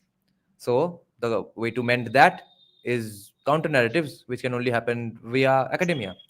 So funding academia actually helps them win elections. This is what they refuse to understand. That's the main problem. They think it's in either or. Either we win elections or we fund great academia. No, great academics keep you in power with True, and help you, encourage you to do the right things. absolutely. It's about, I think, more than academia, they think about messaging. Like, how do you Hmm. get the message Yeah. across? They thought that Yeah. they'll do it just through YouTube and Man Ki Yeah. Baat, which is Hmm. near, okay, might work in the short term. Long term, no one's gonna wake up early morning one Sunday a month and listen to him on YouTube or radio all the Yeah. time, And we are not a unless you're a fanatic. king we are not a king dependent Yeah, society, so just the prime minister let's say blurting out his policies personally in a radio podcast is not going to convince the entire country. We are not that kind of a country. yeah, true. I mean, people are saying right now, if you follow US elections, that Gavin Newsom, who is a California governor, he has started his Hmm. own podcast and he's bringing Yeah. people in to talk about it. And it's so revolutionary. I mean, it's not really, you've been doing it since 2014. But yeah, beyond the Yeah. point, it will not really change hearts and minds. I think the Yeah. larger And issue here is that, he's even Mhm. going on leftist podcasts, Gavin Newsom. I He's a mean leftist, right wing he's podcast. a right He's wing going on right podcast. wing Yeah. podcasts as well. Yes. Yes. Yeah. Go ahead. Yeah, absolutely. Huh. Yeah, I think he's just trying to look presidential, Abhi. But Hmm. larger context India, mein, I think it is that they want to focus more on issues that are easy to solve. I think ये सब में back end में हल्का हल्का chipping away हो रहा है because how much will you Hmm. do at a time? You know the bureaucracy can stall all your policies. You know if you take up too much of the judiciary, that will backfire on you. If you take up academia, the narrative goes against you. So all that you can do is make dents, make small scratches here and there. I think the first thing that they did and they did very well was that they took over the media. First the vernacular media in North India, then they more or less entire English media nationally. Now they just need to tackle the last bastion. They also have started Bengali language media that's aligned to their English, like Republic Bangla. I don't know what kind of viewership it has, but the last bastion pretty much is southern India. I think that is how they Hmm. are doing the messaging part of it. Hmm. Long-term solution nahi hai, but it is a short to medium-term solution, I feel. So I guess that is where the whole academia discussion for now is in the back burner. They've done a lot for bureaucratic reforms, honestly. Dikhta nahi hai, but back end mein, during the Congress government, there were a lot of these high-powered and uh, intra-governmental, inter-ministry councils and all of that, which are a lot of meetings and no works type of institutions within the government, which they completely reformed. People forget that we had something called the Planning Commission, which is now gone, which was a huge piece of reform that was done. Niti Aayog was actually a bit of a. I was about to ask that only. What's the difference between Niti Aayog and Planning Commission? Goal-wise, Niti Aayog is a performance-wise? bit of a. Niti Aayog is, I think, how they settled the pushback from the bureaucracy to an extent, because they needed something to be done. Niti Aayog is one of that, but what the fundamental difference is that the Planning Commission was a very, जैसे Soviet Union का planning commission हुआ करता था, and they would lay out 5-year plans, and those 5-year plans would decide in which direction the entire country's economy would move, the entire country's society would move. Niti Aayog is a lot more nimble in that sense. Instead of doing fixed plans and setting fixed targets, they focus more on long-term policy measures. So that way, it's a lot more nimble. It can adapt, and it has a longer horizon than just 5 years. So that way, it is good. Right. We could do without it, in my opinion, but that is not a very popular opinion. And I understand, so a give and take karna bhi padta. Then a lot of the lower level ghuskhori also came down. Of course, it's not going to go away anytime soon, pura, but I remember, because my dad's a businessman, he would have to bribe income tax officials just to get his income tax returns. That is unthinkable today. Sab online hota hai. Another example, anecdote. Yeah, go on. Yeah, I was just completing my point that this is just another anecdote of how a lot of the lower level bureaucracy issues were being tackled. Somehow it fizzled out. I guess because of the pushback, they decided to not do too much with it. But by and large, they have made attempts here and there. They did pilots at lateral entry. That saw a lot of pushback, so they scaled it back, rolled it back. But by and large, bureaucracy maybe reforms kar raha hai. I'll make my next point, but you had to make a point here. Yeah, I was just going to add 2 fun examples. I have a friend who's building a new house in North Kolkata. Basically, he bought the next house. He's joining it with his house because he wants a gigantic studio. So he got all his papers in order, all sorts of permissions and stuff. He has proof. He has video recording that, this is the house I said I would build. This is the house I have built. Then at the final step for something, you need a stamp. You don't really need a stamp. You're just supposed to inform the local councillor that you did it. And most people think that stamp is sort of a permission, that now the councillor allowed you to do it. And that councillor, his local councillor from the Telmuri Chanachur party, ask the Bengalis what Telmuri Chanachur means, is not giving that stamp. It's waiting in his office for 2-3 months now. And that councillor is also in a war of attrition because he thinks that this guy is dumb enough to believe that it's a permission. And he is not paying him any bribe, my friend, because he knows it's not a permission. It's just an acknowledgement that he's supposed to do that. Yes, I know you are building a house. And he has everything on proof, and he's ready for a legal battle with that councillor. And the other thing that people need to remember, at least youngsters, people in their early 20s or late teens, that a lot of bribing in government institutions happens just so that you can get the job done faster. A lot of it is not even, illegal things or getting some unfair advantage. I guess getting an unfair advantage over some guy who can't afford to get it done quicker is an unfair advantage. But a lot of it is just because of so many insane procedures that people have to go through, which is practically impossible if you have a job. You can't go to every government office 5 days a week, and then all those people also tell you, come after lunch, come after my evening snack, come after dinner. So a lot of bribes are just for quicker processes. You will pay one guy in cash and they will do a bunch of processes for you. So why not get rid of those processes? Because after all, it's happening through bribes, large scale, wholesale anyway. Yeah, go ahead with your tariff point then, Rishabh, and then we'll have academic man back. Awesome. Yeah, sounds good. Yes, one quick point just to add to that. Yeah, I totally agree with that. But वहाँ पे ये हो जाता है कि since it's a land issue, it's probably like a local government issue instead of like a state or national. So, but yeah, Yeah, yeah. there's an element of it which is trickle down. Unfortunately, it will happen when it happens. And yeah. Anyways, yeah. So moving on to the tariffs issue. Yeah. Okay. So I just want to clarify a couple of things really quick. See, economics is all about, balancing. Okay, there will, if you gain something, you will always do something. If you lose something, on the flip side, you gain something or the other. That There is are no how fundamentally. solutions. There are no solutions. There are only trade-offs. Yes, absolutely. Very succinctly put. There are only trade-offs.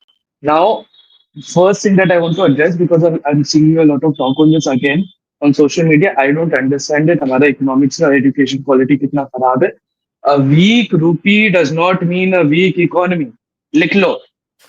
A weak rupee does not mean a weak economy.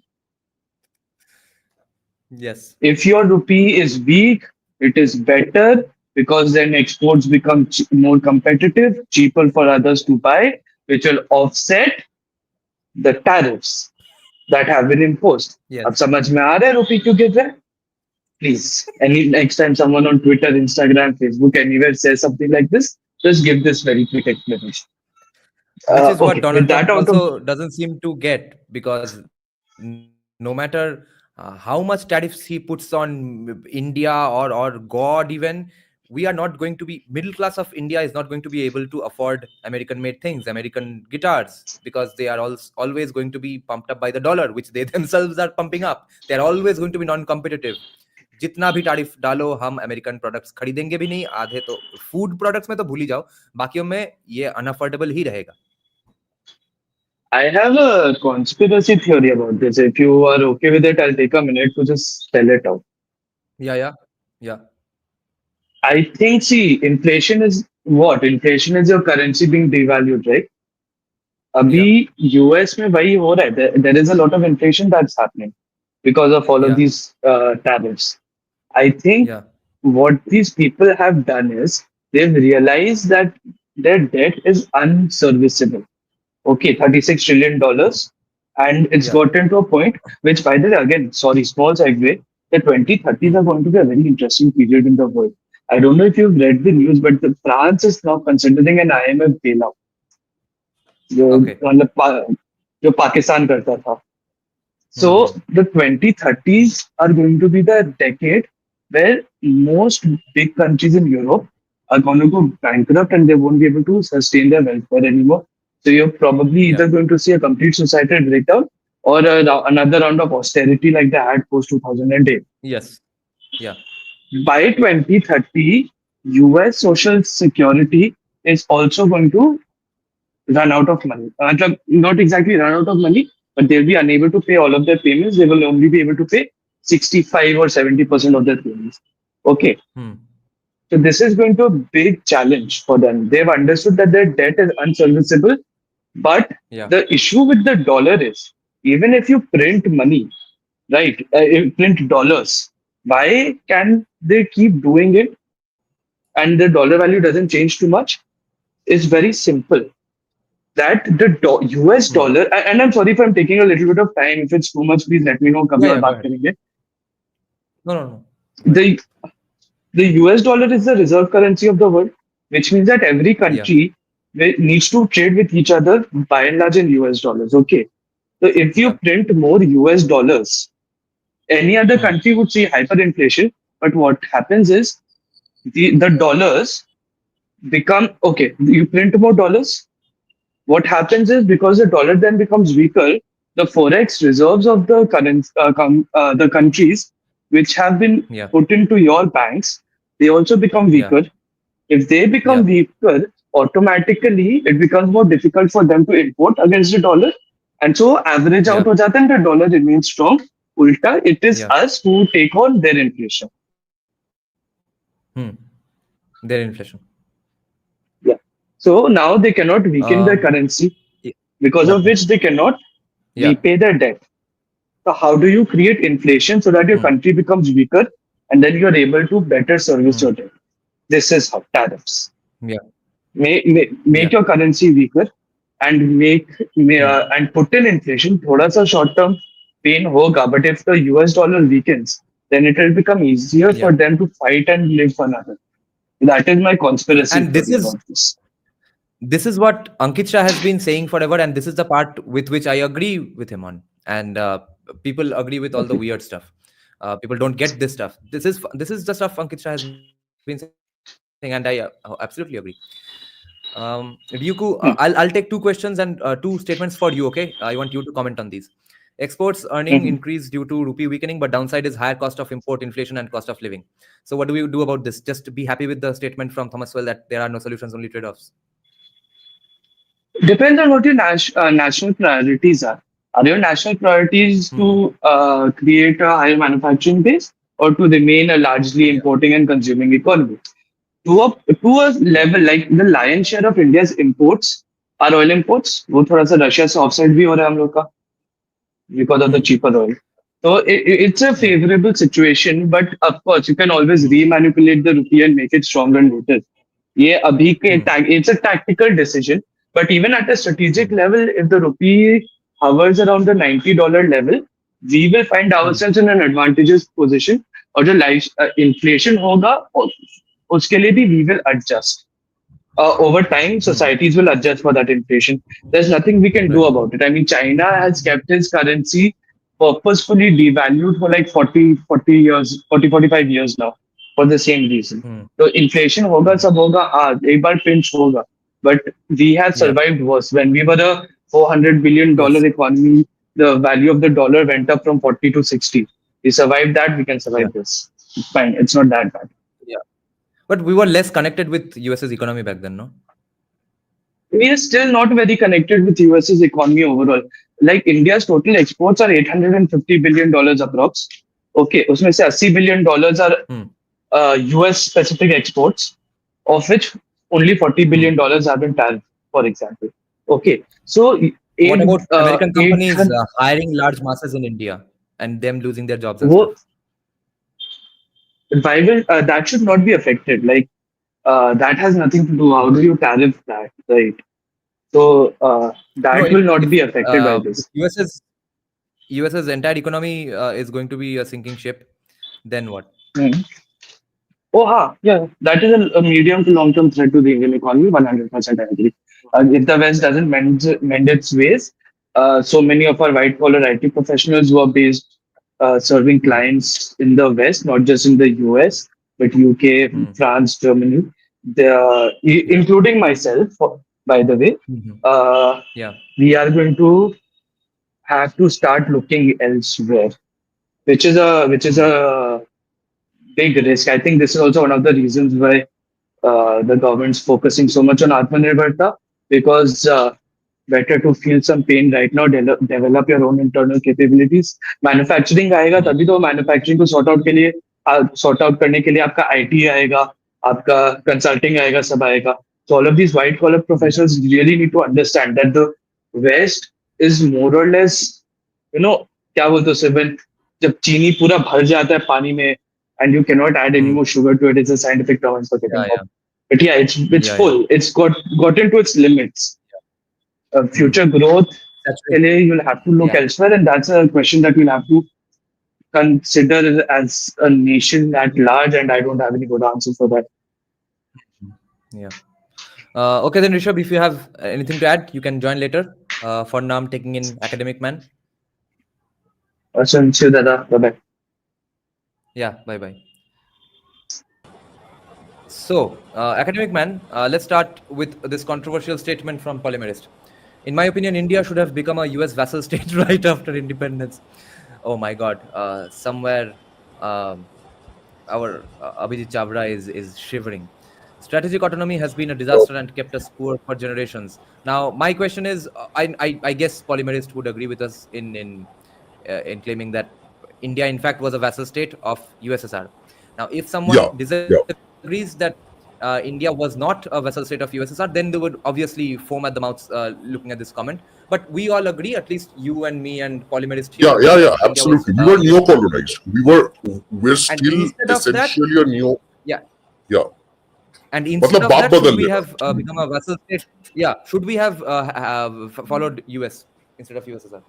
No, Did we have the baap luxury badalne to? se, see, I was for the longest time a believer of this. Okay, honestly, I'll be very honest with you. I love the US, and I believed that like West Germany, right? Like East Germany was under the USSR, and West Germany was under losing 5 more subscribers per minute now.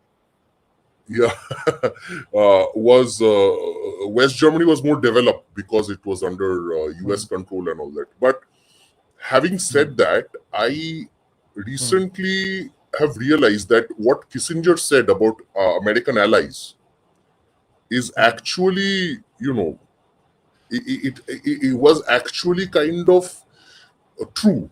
When Kissinger said our friends you can survive by being an American enemy, but if you're an American friend, then you know you get screwed in the long run. And I think that's true. That's true on many counts. If you look at US foreign policy and all, which I did not take into account in my younger days.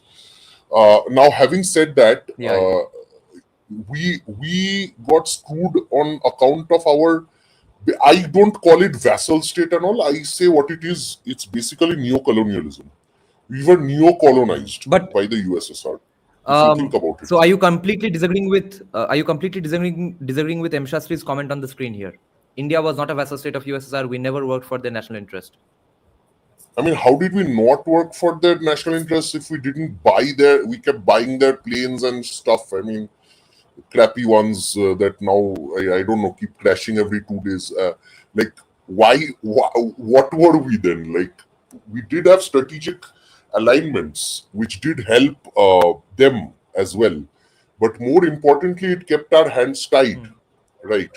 And well, Indira Gandhi met with Fidel Castro and all these people, and there are so many. I think she even she went to Moscow many times and all that stuff. I won't get into all that. I think that is not really my area of expertise, but certainly we have had deep love for the USSR and communist states for the longest time since after independence. And not to mention, you know, again, the anti-America propaganda tha, but then all the communists send their kids to America. That all part is there. My point is that I think instead of being vassal states to anyone, even if we pursued the same policies, what really screwed us was the Bombay Plan, where a few industrialists came together, family firms, Birla, Tata, this, that, whatever, some people, and they said, ki bhai, NEERAJAN Saha cannot open a business without 10 licenses. And then Ambani and Adani type people came up much later. But that's the whole point. I think we got actually, we became poor because of the government and private collusion and the lack of libertarian principles in the governance. Okay. Not because ऐसे भी हो सकता है America का vessel state भी बन गया गरीब भी रहे ऐसा भी हो सकता है so there's no America could have made us into something else entirely so I don't trust anyone more than anybody else but my point is this that we got screwed by our own people our politicians and our industrialists whom we think are gods okay and that's what led us to remain poor with sub-Saharan Africa per capita GDP and stuff.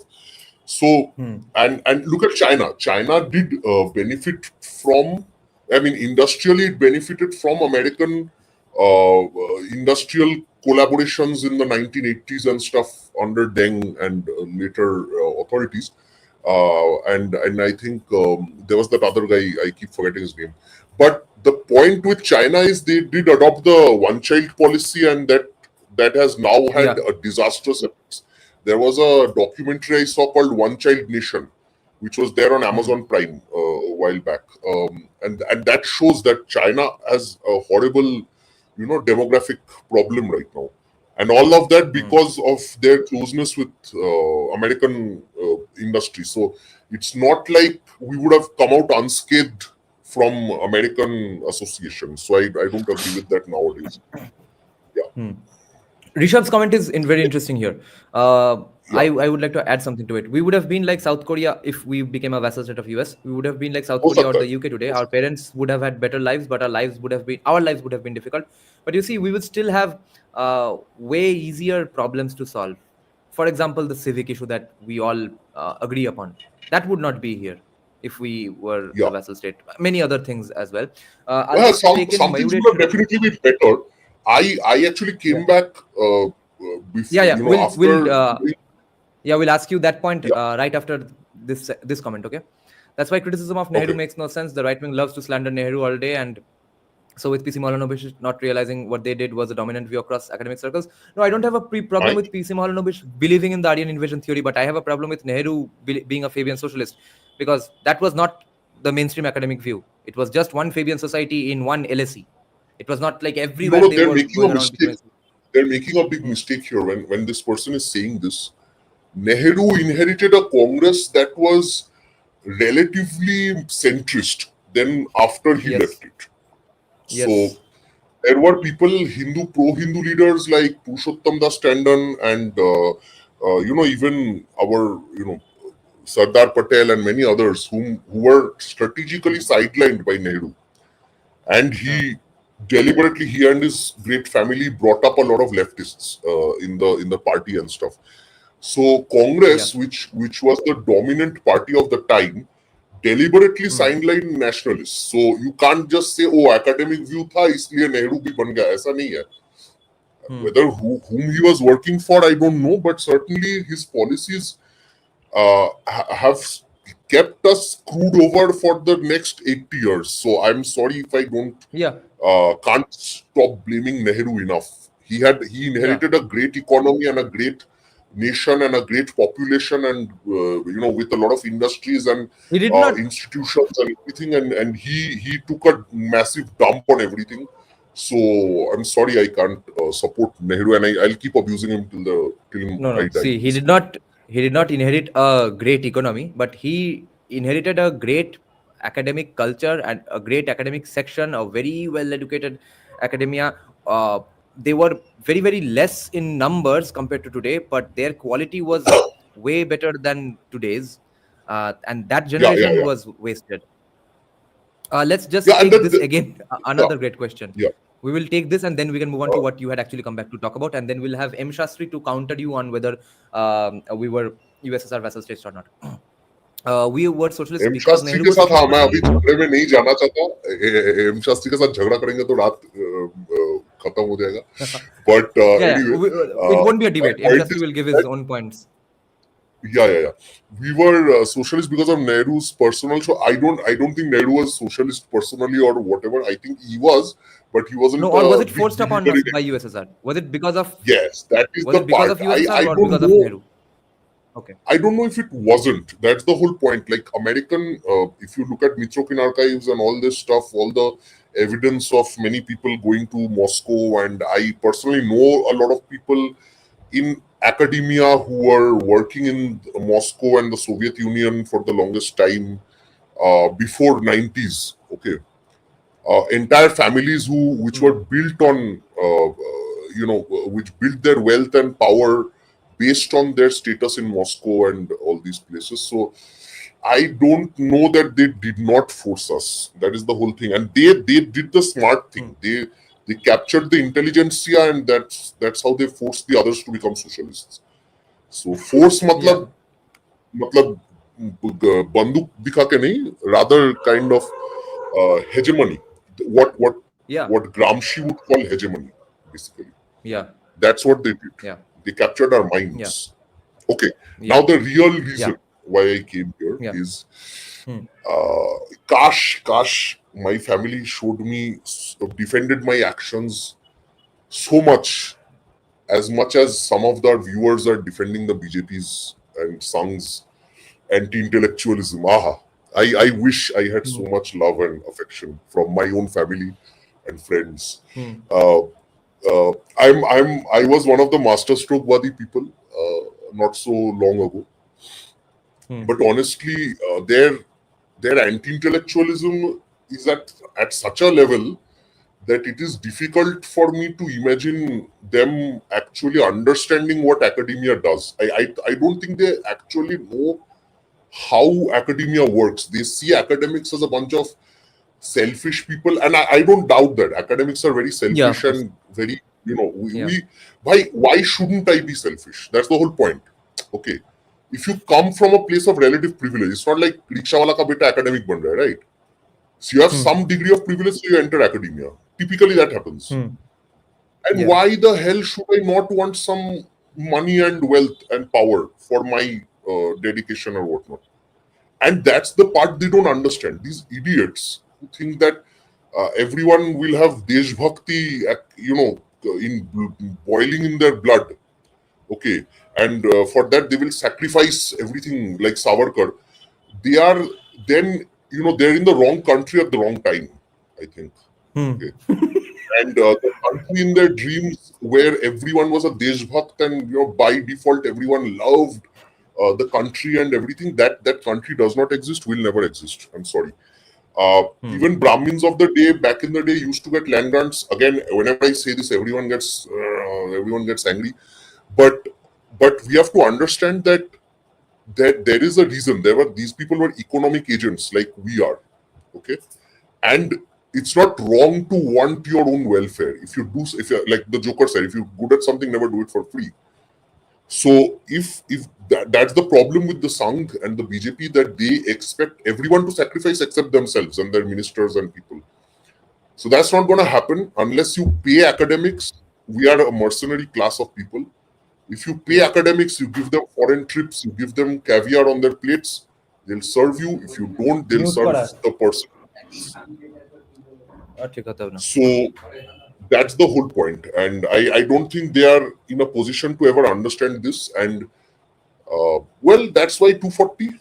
That's why they get away by pulling caste everywhere, and that's why socialism works. And people who are way worse and for the country, who destroyed the country's economy and society, these people become our heroes. And people who actually help the country, they don't become heroes.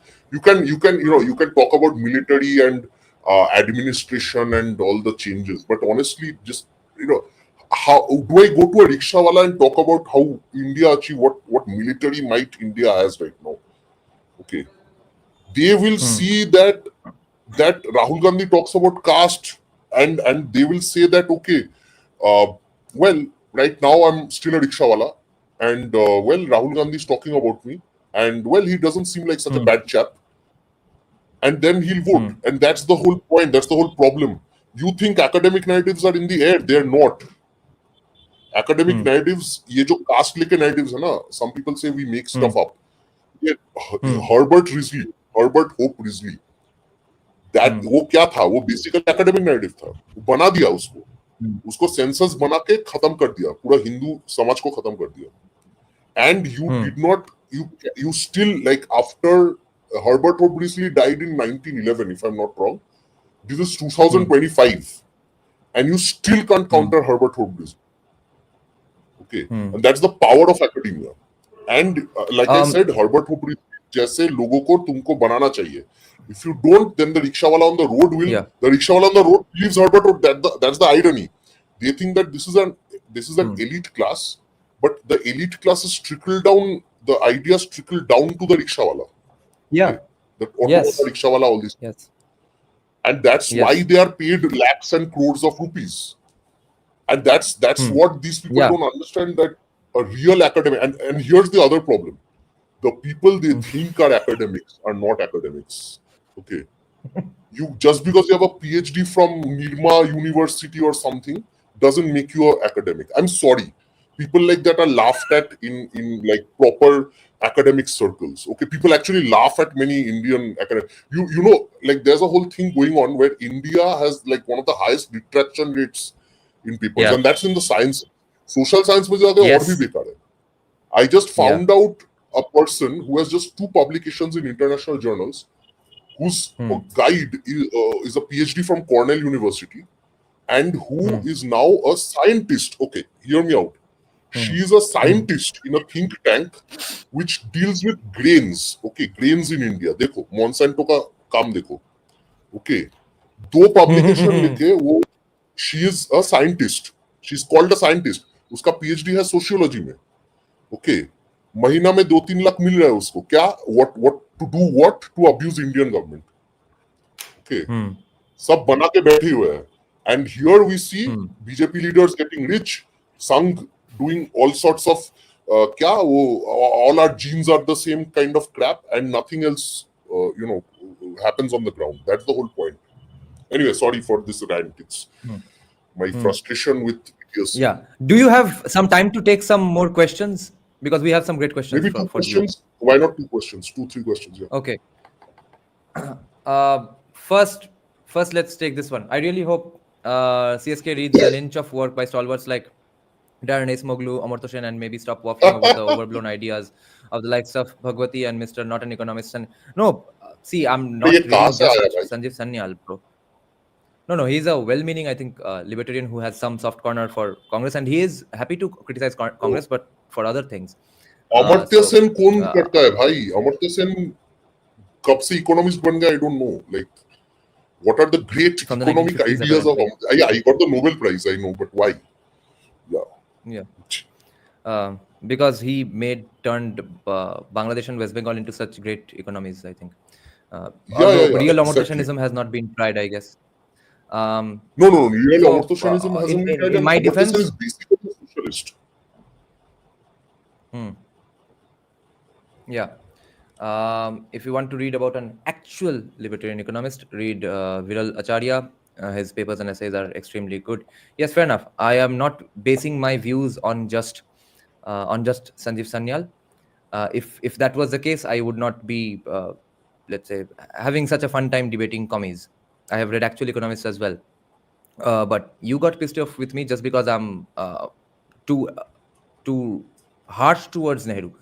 That's not, I think, a very sane or even an interesting point to make here. Don't be too harsh on Nehru. That's your entire real libertarian argument is just that don't be too rude to Nehru. That's too weak of an argument. Yeah, go ahead. Then we'll take one. I'll tell you the name of a sociologist who has actually done good work here. Economic sociologist, by the way, who teaches in I think an American Ivy League university. I think NYU or one of them. Vivek Chibber. He has a book called Locked in Place, How India's Economy Was Destroyed by the Bombay Plan. Okay. Read that. That's a real academic work which compares India's economy to other economies of the time and shows how we got fucked up by the Bombay Plan. Yeah. Okay. We will need to take at least 2 or 3 questions in total, okay? AK Brahmo, then one lady here, and then Varun Dev's comment, okay? And then we'll probably close it for tonight. So, and by the way, again, smoking is injurious to health. Smoking causes cancer. Say no to drugs. So can you call BBK socialist today? What kind of socialist shuts down factories and destroys education system and academic institutions for peaceful institute? Oh, I mean, okay, yeah, for our homies. No, I mean, is this like one of those irony comments where Yeah. It's how are they even socialists? They are not even doing socialist things properly. I mean. Yeah. They destroy. No, they are socialists in the sense, like, if you go back to some time ago in this channel where there were discussions on how socialism is basically feudalism. It does not have a free market. It does not have liberal democracy and all that. In that sense, basically they're feudal lords. Okay. And in that sense, they are actually feudal lords, but feudal lords have often been helped by socialism. That's the whole point. That's why socialism appeals to the more privileged classes. Yes. And how they do it is they tell other people not to do business. They tell NEERAJAN Saha, you can't do a business without 20 license. They can't, they tell workers, okay, close down this factory because I don't like it. And, you get low wages. So, band kar do factory. And they destroy the public education system so that scheduled castes and other lower castes don't come up. And challenge their hegemony, and then they send their own children to private English medium schools. That's feudalism, actually. Yeah. Essentially. Next question is: does the latest rant from Trump administration prove that American right and left wings attacks against Hinduism and India the same? They pretend they are different but use the same toolkits. Yes. On this, they are absolutely the same. Absolutely. The right wing absolutely copies left wing's criticisms of Hinduism. I remember Tucker. I used to watch Tucker quite regularly, actually. He once called this professor who was against Indians, and that's the day I unsubscribed totally, and I don't like Tucker at all anymore. So Tucker was saying India can't build a monument after the British left or some crap like that. Okay. And then this lady said, what is happening in India? And Tucker was like, the caste system, and the way he laughs like an idiot. And Tucker Carlson was making fun of the caste system. And I was like, yeah, do you even know what that is, or you just hear it on some random church funded channel or some crap? I don't know. So that's the whole point. Like, the American right and the American left both think of Hindus as devils. Okay, and that part is, fairly common. Yeah. Did USSR pay Nehru to implement socialist policies? I find it hard to believe. I think Nehru was a true believer. Nehru's, I think one of his very close people, I think Nayantara Saigal, wrote a book called Nehru Civilizing the Savages. And I think he was basically a sahib. And like I said, any privileged class of people believes in socialism much more than free market liberalism and capitalism, because they get to tell people how great they are and then basically destroy their lives. Nehru basically did and their that. positions are solidified forever. Yeah. And they're like, oh, this person was such a great person. He was well-meaning, right? It doesn't challenge their hegemony and dominance. And in that sense, I think Nehru was a true believer. But socialism mein kyun true believer hota hai? Socialism gives you a ton of power. It makes you look like a good guy, right? No matter how horrible you are inside. So that thing, I think, and socialism also feeds that basic human urge of baith ke khana. Like, if you're a privileged person, you go to a privileged position and nobody challenges you, no capitalist challenges you. And if you're a poor person, you are ensured that you get a 2 square meals and something like that. And so basically, baith ke khana jo hai, that thing is given by socialism. And I think that's very feudal in its origin and existence. Yeah. So anyway, okay, then academic man. Yeah. Now we'll have M. Shastri for his counter to the idea that India was at all a vassal state of USSR. M. Shastri, let's hear your arguments. Yeah, first thing first is Nehru was not a communist, right? I think the distinction needs to be made. Like, USSR, the Soviets were. The Soviet Union, they are communists. They're not socialists. Nehru was a socialist. He's actually Fabian socialist, which is like the worst version of socialism, right? And he's not even like the socialist from the Oxford wing, which were infiltrated by communists, but he's like from the Fabian side. So his philosophy is completely different from what the Soviet Union would consider as socialism. That's the first distinction. Second thing is, I think you have to look at how USSR looked at India. They never saw India as a vassal state. They saw India as a balancing power, right? And they wanted to maintain India as a balancing power. And the third thing is, I think, I'm just making these points rather quickly. The third thing is, I think we confuse government of India, or rather the Congress party's preference for socialism for vassalization. I think that's far from the truth, right? The Congress party, especially under Indira, preferred socialism and basically let the USSR just run intellectual campaigns, sponsor intellectuals, and etc. etc. But they had a very tight leash on their activities. One book I would definitely recommend in this genre is Spying in South Asia by Paul McGarr, because it clearly shows where Nehru's leanings were, where Indira's leanings were, and India still exercised a lot of sovereignty and agency despite being aligned with USSR, right? So we were never a vassal state. We never promoted Soviet propaganda to any of our allies. We never promoted even communism anywhere, right? We in fact fought heavily against Maoists in our own territory. So I think like this characterization that India is a vassal state of USSR is different. The problem is हम स्वयं socialist बनने चाहते थे, right? And that's different from being a vassal. And yeah, Nehru was a sahib. Nehru was a sahib. Utna clear hai. Yeah. Did we ever counter Maoism ideologically, or did we just kill a bunch of Maoists? Actually, our counter to Maoism was basically presenting socialism. That's how Nehru fought it. He was basically like, Maoist ka alternative will be a socialist Congress. And Indira also had the same idea. Yeah. And central planning was their favorite things, right? Both Mao and Congress. So central planning is an interesting thing because see, Nehru comes from that era of people who thought central planning was good. If you look at UK, Canada, I'm actually reading a book called Economics in Canada. It's printed in 1950s, and even they talk about central planning over there.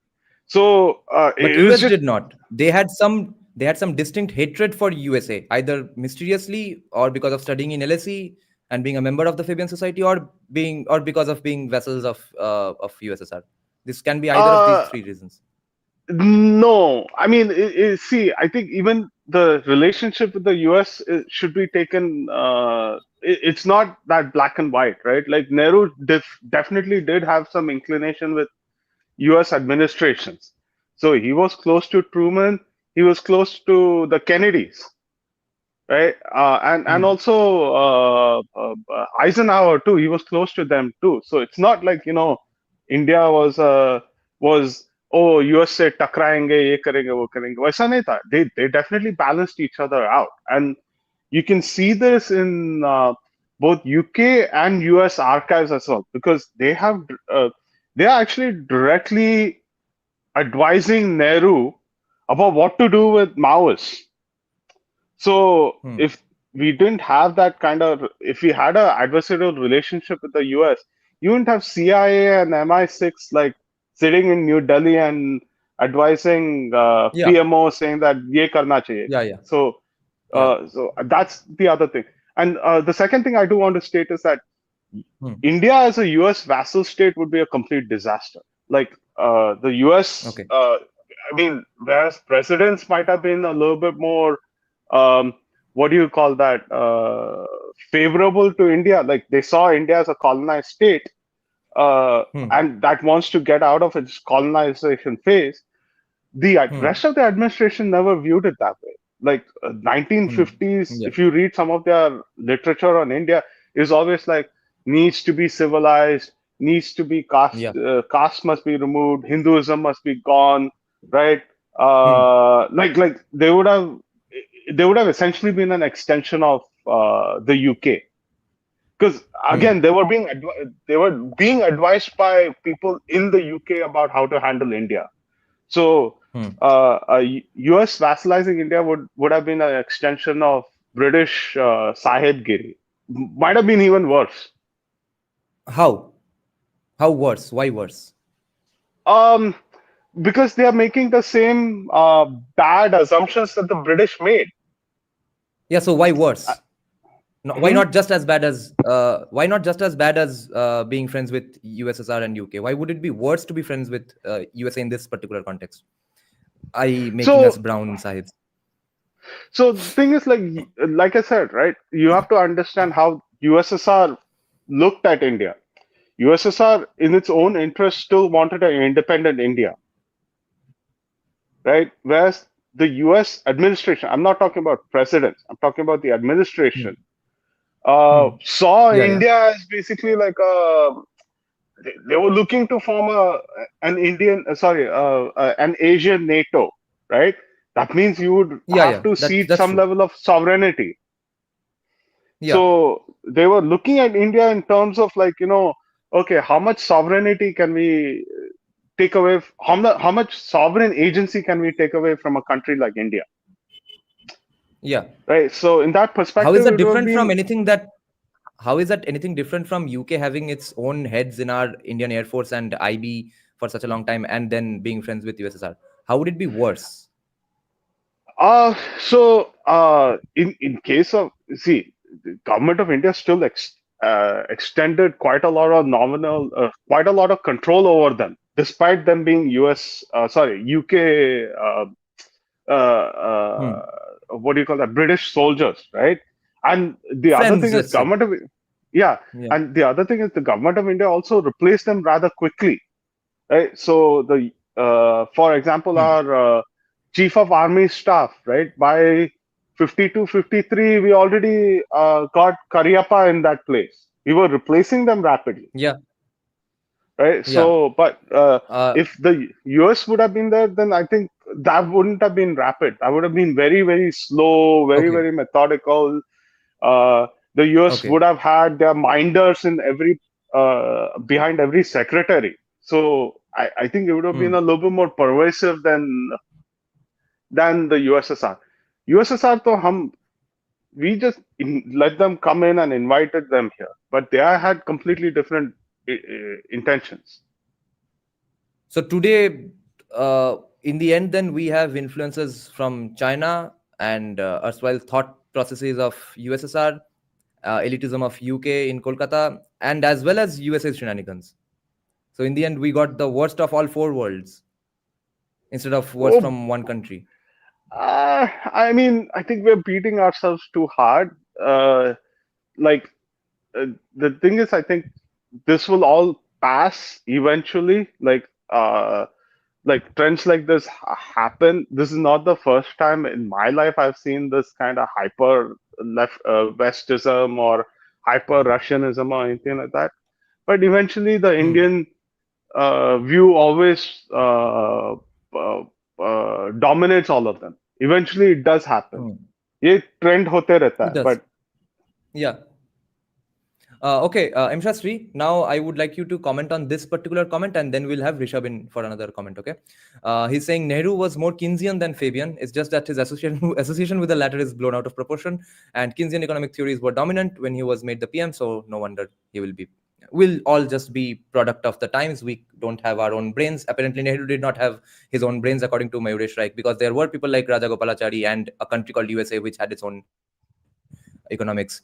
So what do you think of this comment? There's nothing Keynesian about license Raj, man. Kisko tu bakwas bol raha hai? I mean, like license Raj is like the central planning, production planning is actually like the key recommendations of Fabian economics, not Keynesian economics. Keynesians तो खाली बोलते हैं कि पैसा डालो, let who is most effective just deal with the economy, right? He still wanted a freer economy. He didn't say that control it, ये regulation डाल, kill production, control production, central planning stuff.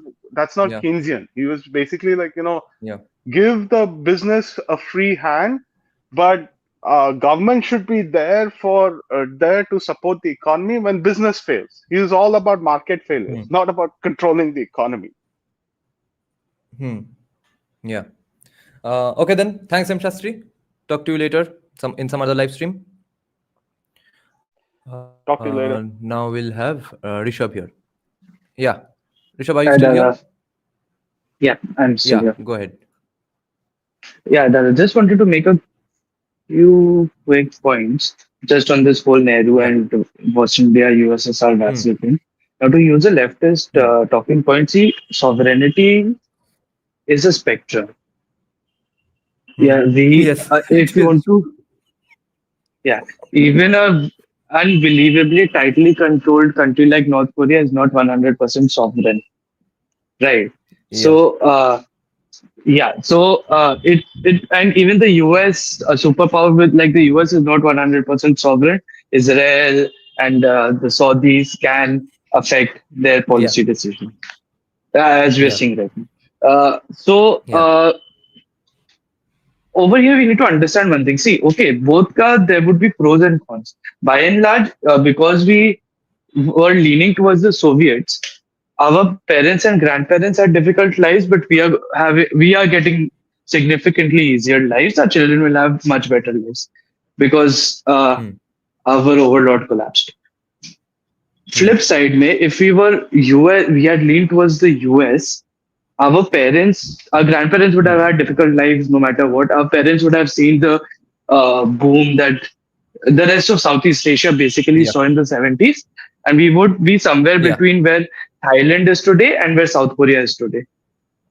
But there are fundamental questions that arise other than economics when you look into this.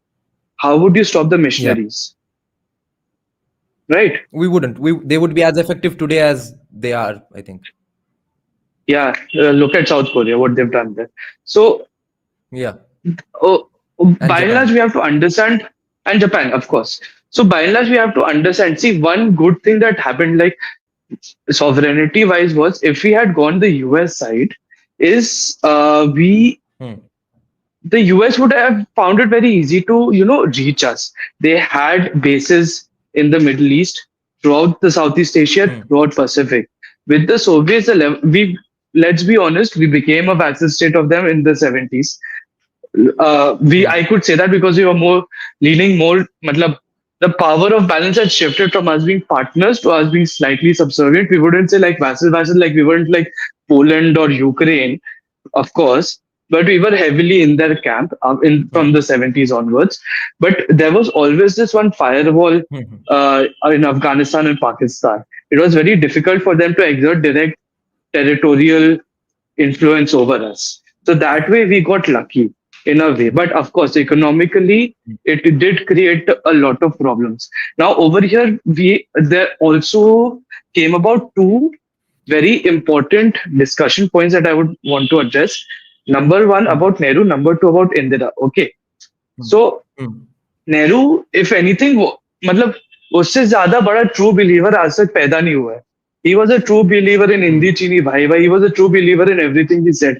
I don't think Nehru had too much of a capacity to lie about like what his beliefs and policies and views on things were. I mean, I think day by day, uska. I think he was another Rahul Gandhi who was just at the right place at the right time. 100%. He was exactly. That's exactly who he was. Like his father set him up well because his father did not die when Jawaharlal Nehru was very young. So when it comes to this, Nehru was a true believer in Fabian socialism. He really believed that we will uplift them through socialism. Indira, on the other hand, is a very different case. Indira was a pragmatist to the core. I mean, look at her politics, look at her international politics. All right. She was a pragmatist to the very core. The reason why she went to socialism was because of the capacity that socialism gives the state to control the lives of the people. I mean, look at the two big things that she did. She nationalized banks. She nationalized the mines. Right. All the resources of the country were then under the government's control, financial and material. That is how you start building up your own autocracy in the state. So that is what she was heading towards. So it's a very different thing over here. But coming back to the main point, let's look at the whole journey but very quickly, because I think more important than whether we were or we weren't, USSR has been dead for 25 years. Now let's forget about it. What is more important is the journey, because we need to understand this journey so that we don't fall into the same pitfalls again. So in the 1950s, Nehru had a dislike for the USA because he did not like capitalism, which was evident. And in that time, India was a feudal state. We had Naam ke elections, but we were a feudal state. So like any other feudal state, foreign policy is dictated by the idiosyncrasies of the king. And Maharaja Dhiraj Jawaharlal Nehru decided that he did not like the USA, and so we went against the USA. But we were not a vassal state of the Soviet Union from the beginning, because throughout the 50s and especially in the 60s, we were working very closely with the CIA against the Chinese. And there we saw convergence with the USA, and the USSR was not very heavily involved in whatever we were doing. We also need to remember at that time, the things that Stalin had written about India. Stalin did not have a very bright view of India or of Jawaharlal Nehru. So at that time, we were definitely not. In the 60s, I think once Nehru goes 65 or 65, 64, whenever, then we see Tashkent happening. Tashkent was a big thing. Yeah. Then we see the installation of Indira Gandhi. I think what happened from the 60s to the 70s also is what is happening in Vietnam, and the whole push of the US into Southeast Asia and the domino theory, which was basically saying that if Vietnam falls to communism, then so will Thailand, so will Burma, and then eventually so will India. That was the whole domino theory of communism in Southeast Asia, under which the US was working. Yeah. So there was a lot of pressure that was coming in from Kissinger, Nixon, and all of these people, even from the late Kennedys onwards, I believe, like 95, 96, post the Chinese war and the Cuban Missile Crisis, to move away from like Indira's authoritarian rule, get in more opposition, so that so that they could start getting more influence through these opposition parties. In response to that, she went heavily towards the Soviets. And at that point, I mean, see, there is no signing of we are giving up our territory to you, or we are no longer sovereign anymore. But through pressures that are being exerted, we become a vassal, sort of, not sort of, but basically an allied, a partner state of the Soviet Union. Now, why this is important is because एक जन का pressure से हटने के लिए हमने दूसरे side में जाके उनके side join कर लिया, and in the end the result was that we were forced to accept their economic policies, but what hurt us much more in the long term was that we accepted basically leftist control over our academic institutions as a part of that arrangement. Now, I will ask. So this, go on. Yeah, so very quickly, I'll just finish this in the context of the modern day. Right now, the role that the Soviet Union used to play in the 60s is where the US is right now. Now, we need to make sure that just to counter, and that is why we keep harping on strategic autonomy. Just because we need to counter China does not mean that हम लोग पूरा का पूरा US के camp में चला जाए, because then we will start getting a lot of US influence, and then we will have to give up elements of our own sovereignty all over again. Yeah, today So there's I no think question. more We don't important- need it that desperately at all. We don't need it that desperately, of course, but see, what we have to understand is that we need a very strong fortress mentality about ourselves, like Israel does. Like, we have to be very clear about these things. That Israel के पास तो फिर भी तो daddy है, ठीक है. But if you don't want a daddy, we have to make sure that we are very clear about certain red lines, like our border and like our neighbors. So if we don't, we are going to end up as a vassal state of the US in order to help countering the Chinese threat. Because I'll be honest about one thing. Everyone who keeps saying that US ka dead economy hai, ye hai, wo hai, please, I'm sorry. The US is what? 35, 36 trillion dollars. We are 4, or will be barely. 25. The Chinese, 25. yeah, the Chinese are 20. The Chinese are 25 trillion. So it's not comparable. It's a joke. Like, the Chinese have spent more than $1 trillion just on trying to develop a jet engine. हम लोग अभी हवा में बोल रहे हैं हम बना लेंगे. They have spent $1 trillion over the past decade. So yeah, we are a little out of our depth is also something that we need to remember. And how do we tackle it? Simple. Don't be too loud.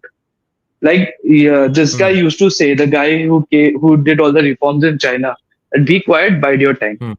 Keep growing in silence. That is the best way forward. Abhi zyada uchlo mat, ye mat karo, wo mat karo. Chupchap keep playing both sides, keep buying your time.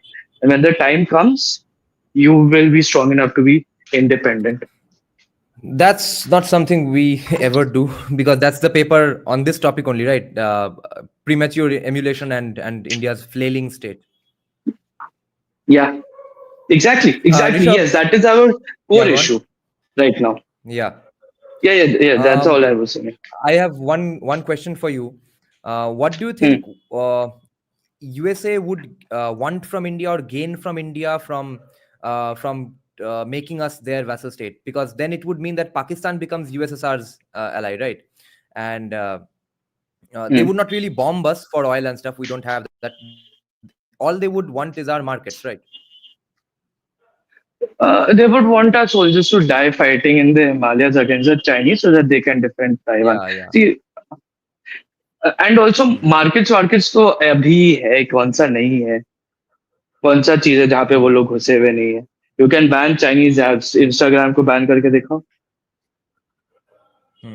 Yeah. So वो already है. We've already yeah, surrendered that much to them. We've already surrendered that much to them. But what is happening is the US has a treaty obligation to defend Taiwan. So what they want to do with India is they don't have a treaty obligation to defend India. So what they want to do is to turn India into the next Ukraine, because they were because Ukraine was constantly getting closer to the US. Russia felt a threat and invaded them, and it's turned into a meat grinder. So because they don't want to put their boots on the ground defending Taiwan, they want us to keep fighting with the Chinese. That they want. That is what they want. Yeah. Okay, then Rishabh, talk to you in another live stream. We'll take Aryan invader again, and then we'll end the live stream.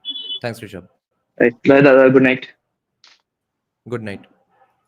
Yeah, go ahead, Aryan. हाँ दादा, मैं कह रहा था कि आप बोल रहे थे ना, we have taken verse from all world. तो इसका बहुत बड़ा उदाहरण मुझे लगता है ना कि हमारे लॉज. मैं एक उदाहरण देता हूँ. हमारे यहाँ बोला जा रहा है कि people should get more liberty, sexual liberty.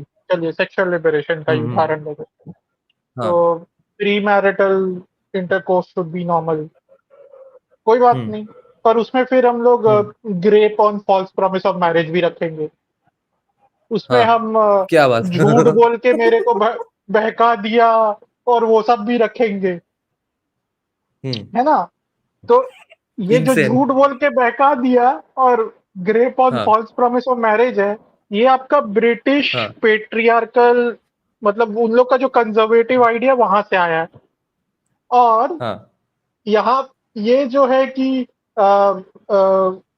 Wife can have extra marital affairs, right, वो आया आपका अमेरिका के कल्चर से जो बहुत ही लिबरल है. मतलब ऐसा घटिया सम्मिश्रण है ना ये.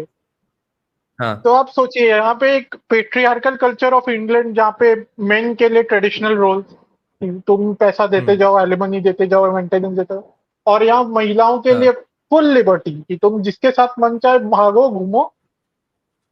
अब इसमें वो मार्क्सिस्ट, कल्चरल मार्क्सिज्म का भी तड़का लगा दिया, because women is oppressed and men are the oppressor. तो विमेन को सारा फ्रीडम मिलेगा, पर वही फ्रीडम मैन को नहीं मिलेगा. ठीक है. अब यही कास्टिज्म के साथ भी हुआ है, हर इशू में हुआ है, माइनॉरिटी मेजॉरिटी सब जगह हुआ. इसीलिए हमारे हिंदू सिविल कोड में एकदम लिबरलिज्म है और दूसरी ओर शरिया लॉ भी.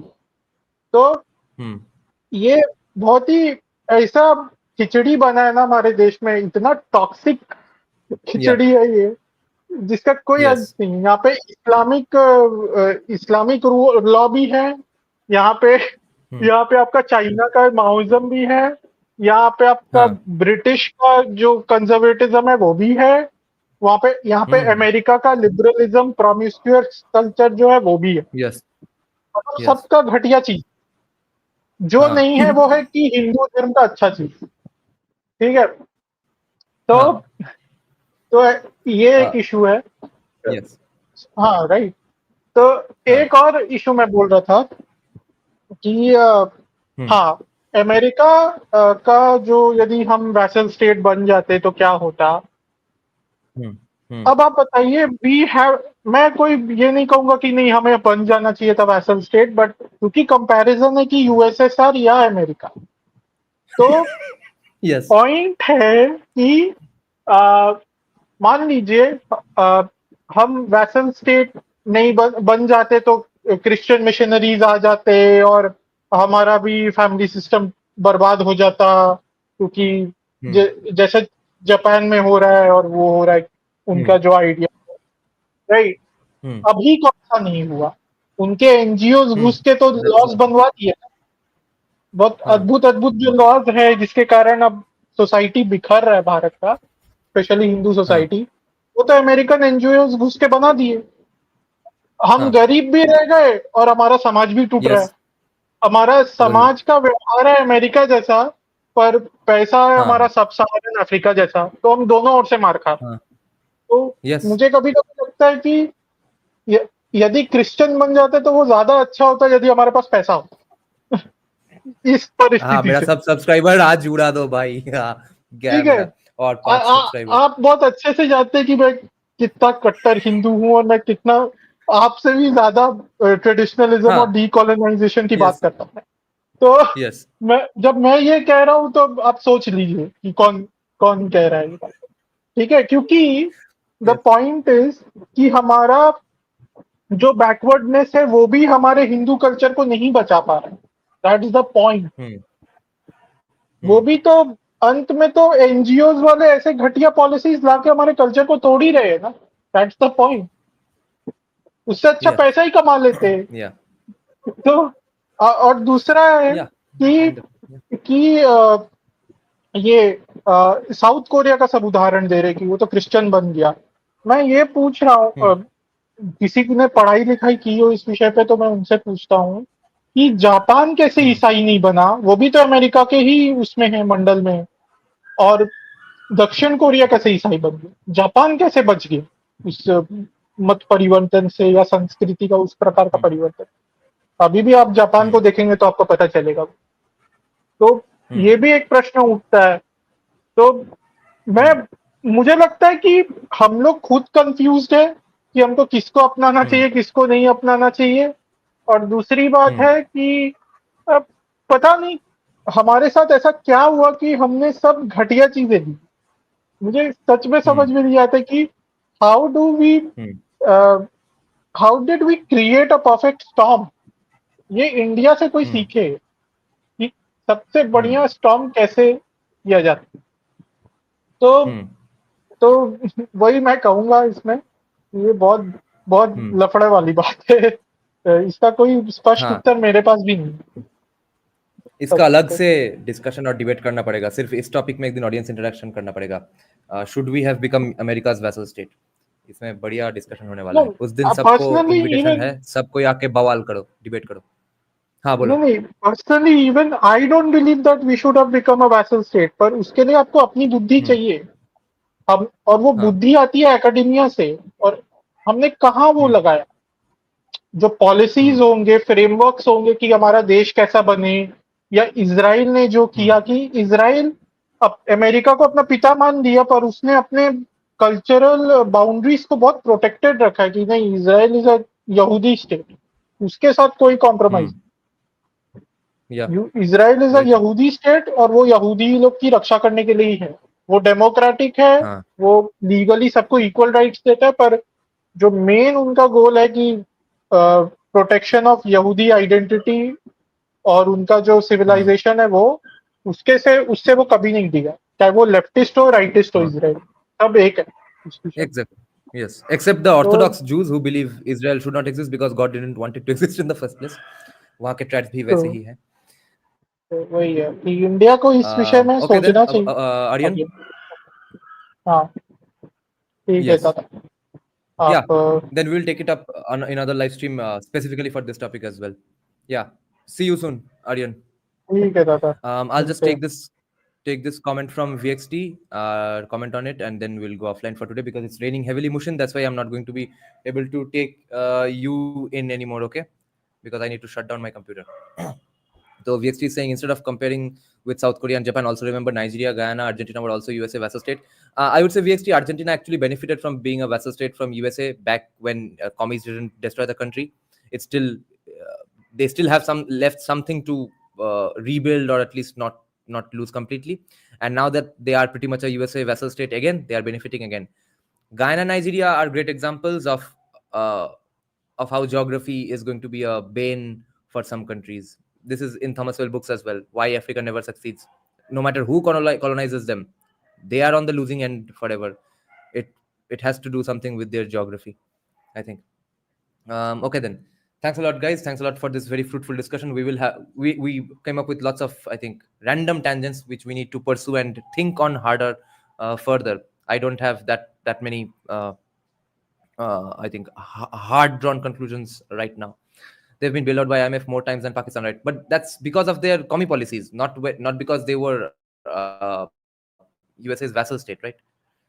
Let's take it up the next day as well. যদি সবাই ফিরে যায় ওরে ওরে ও ভাগা সবাই ফিরে যায় যদি গহন পথে যাওয়ার কালে কেউ ফিরে না যায় তবে পথের কাটা তুই রক্ত মাখা চরণ তলে একলা দলরে তুই রক্ত মাখা চরণ তলে একলা দলরে যদি তোর ডাক শুনে কেউ না তবে একলা চলো রে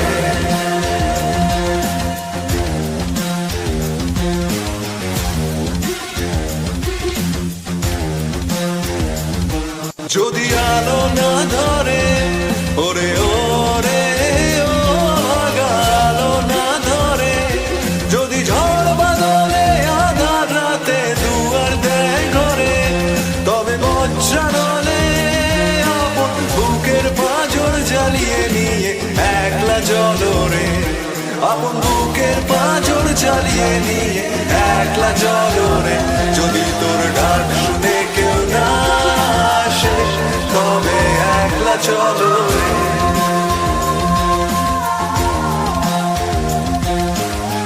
একলা চলো একলা চলো একলা চলো একলা চলো রে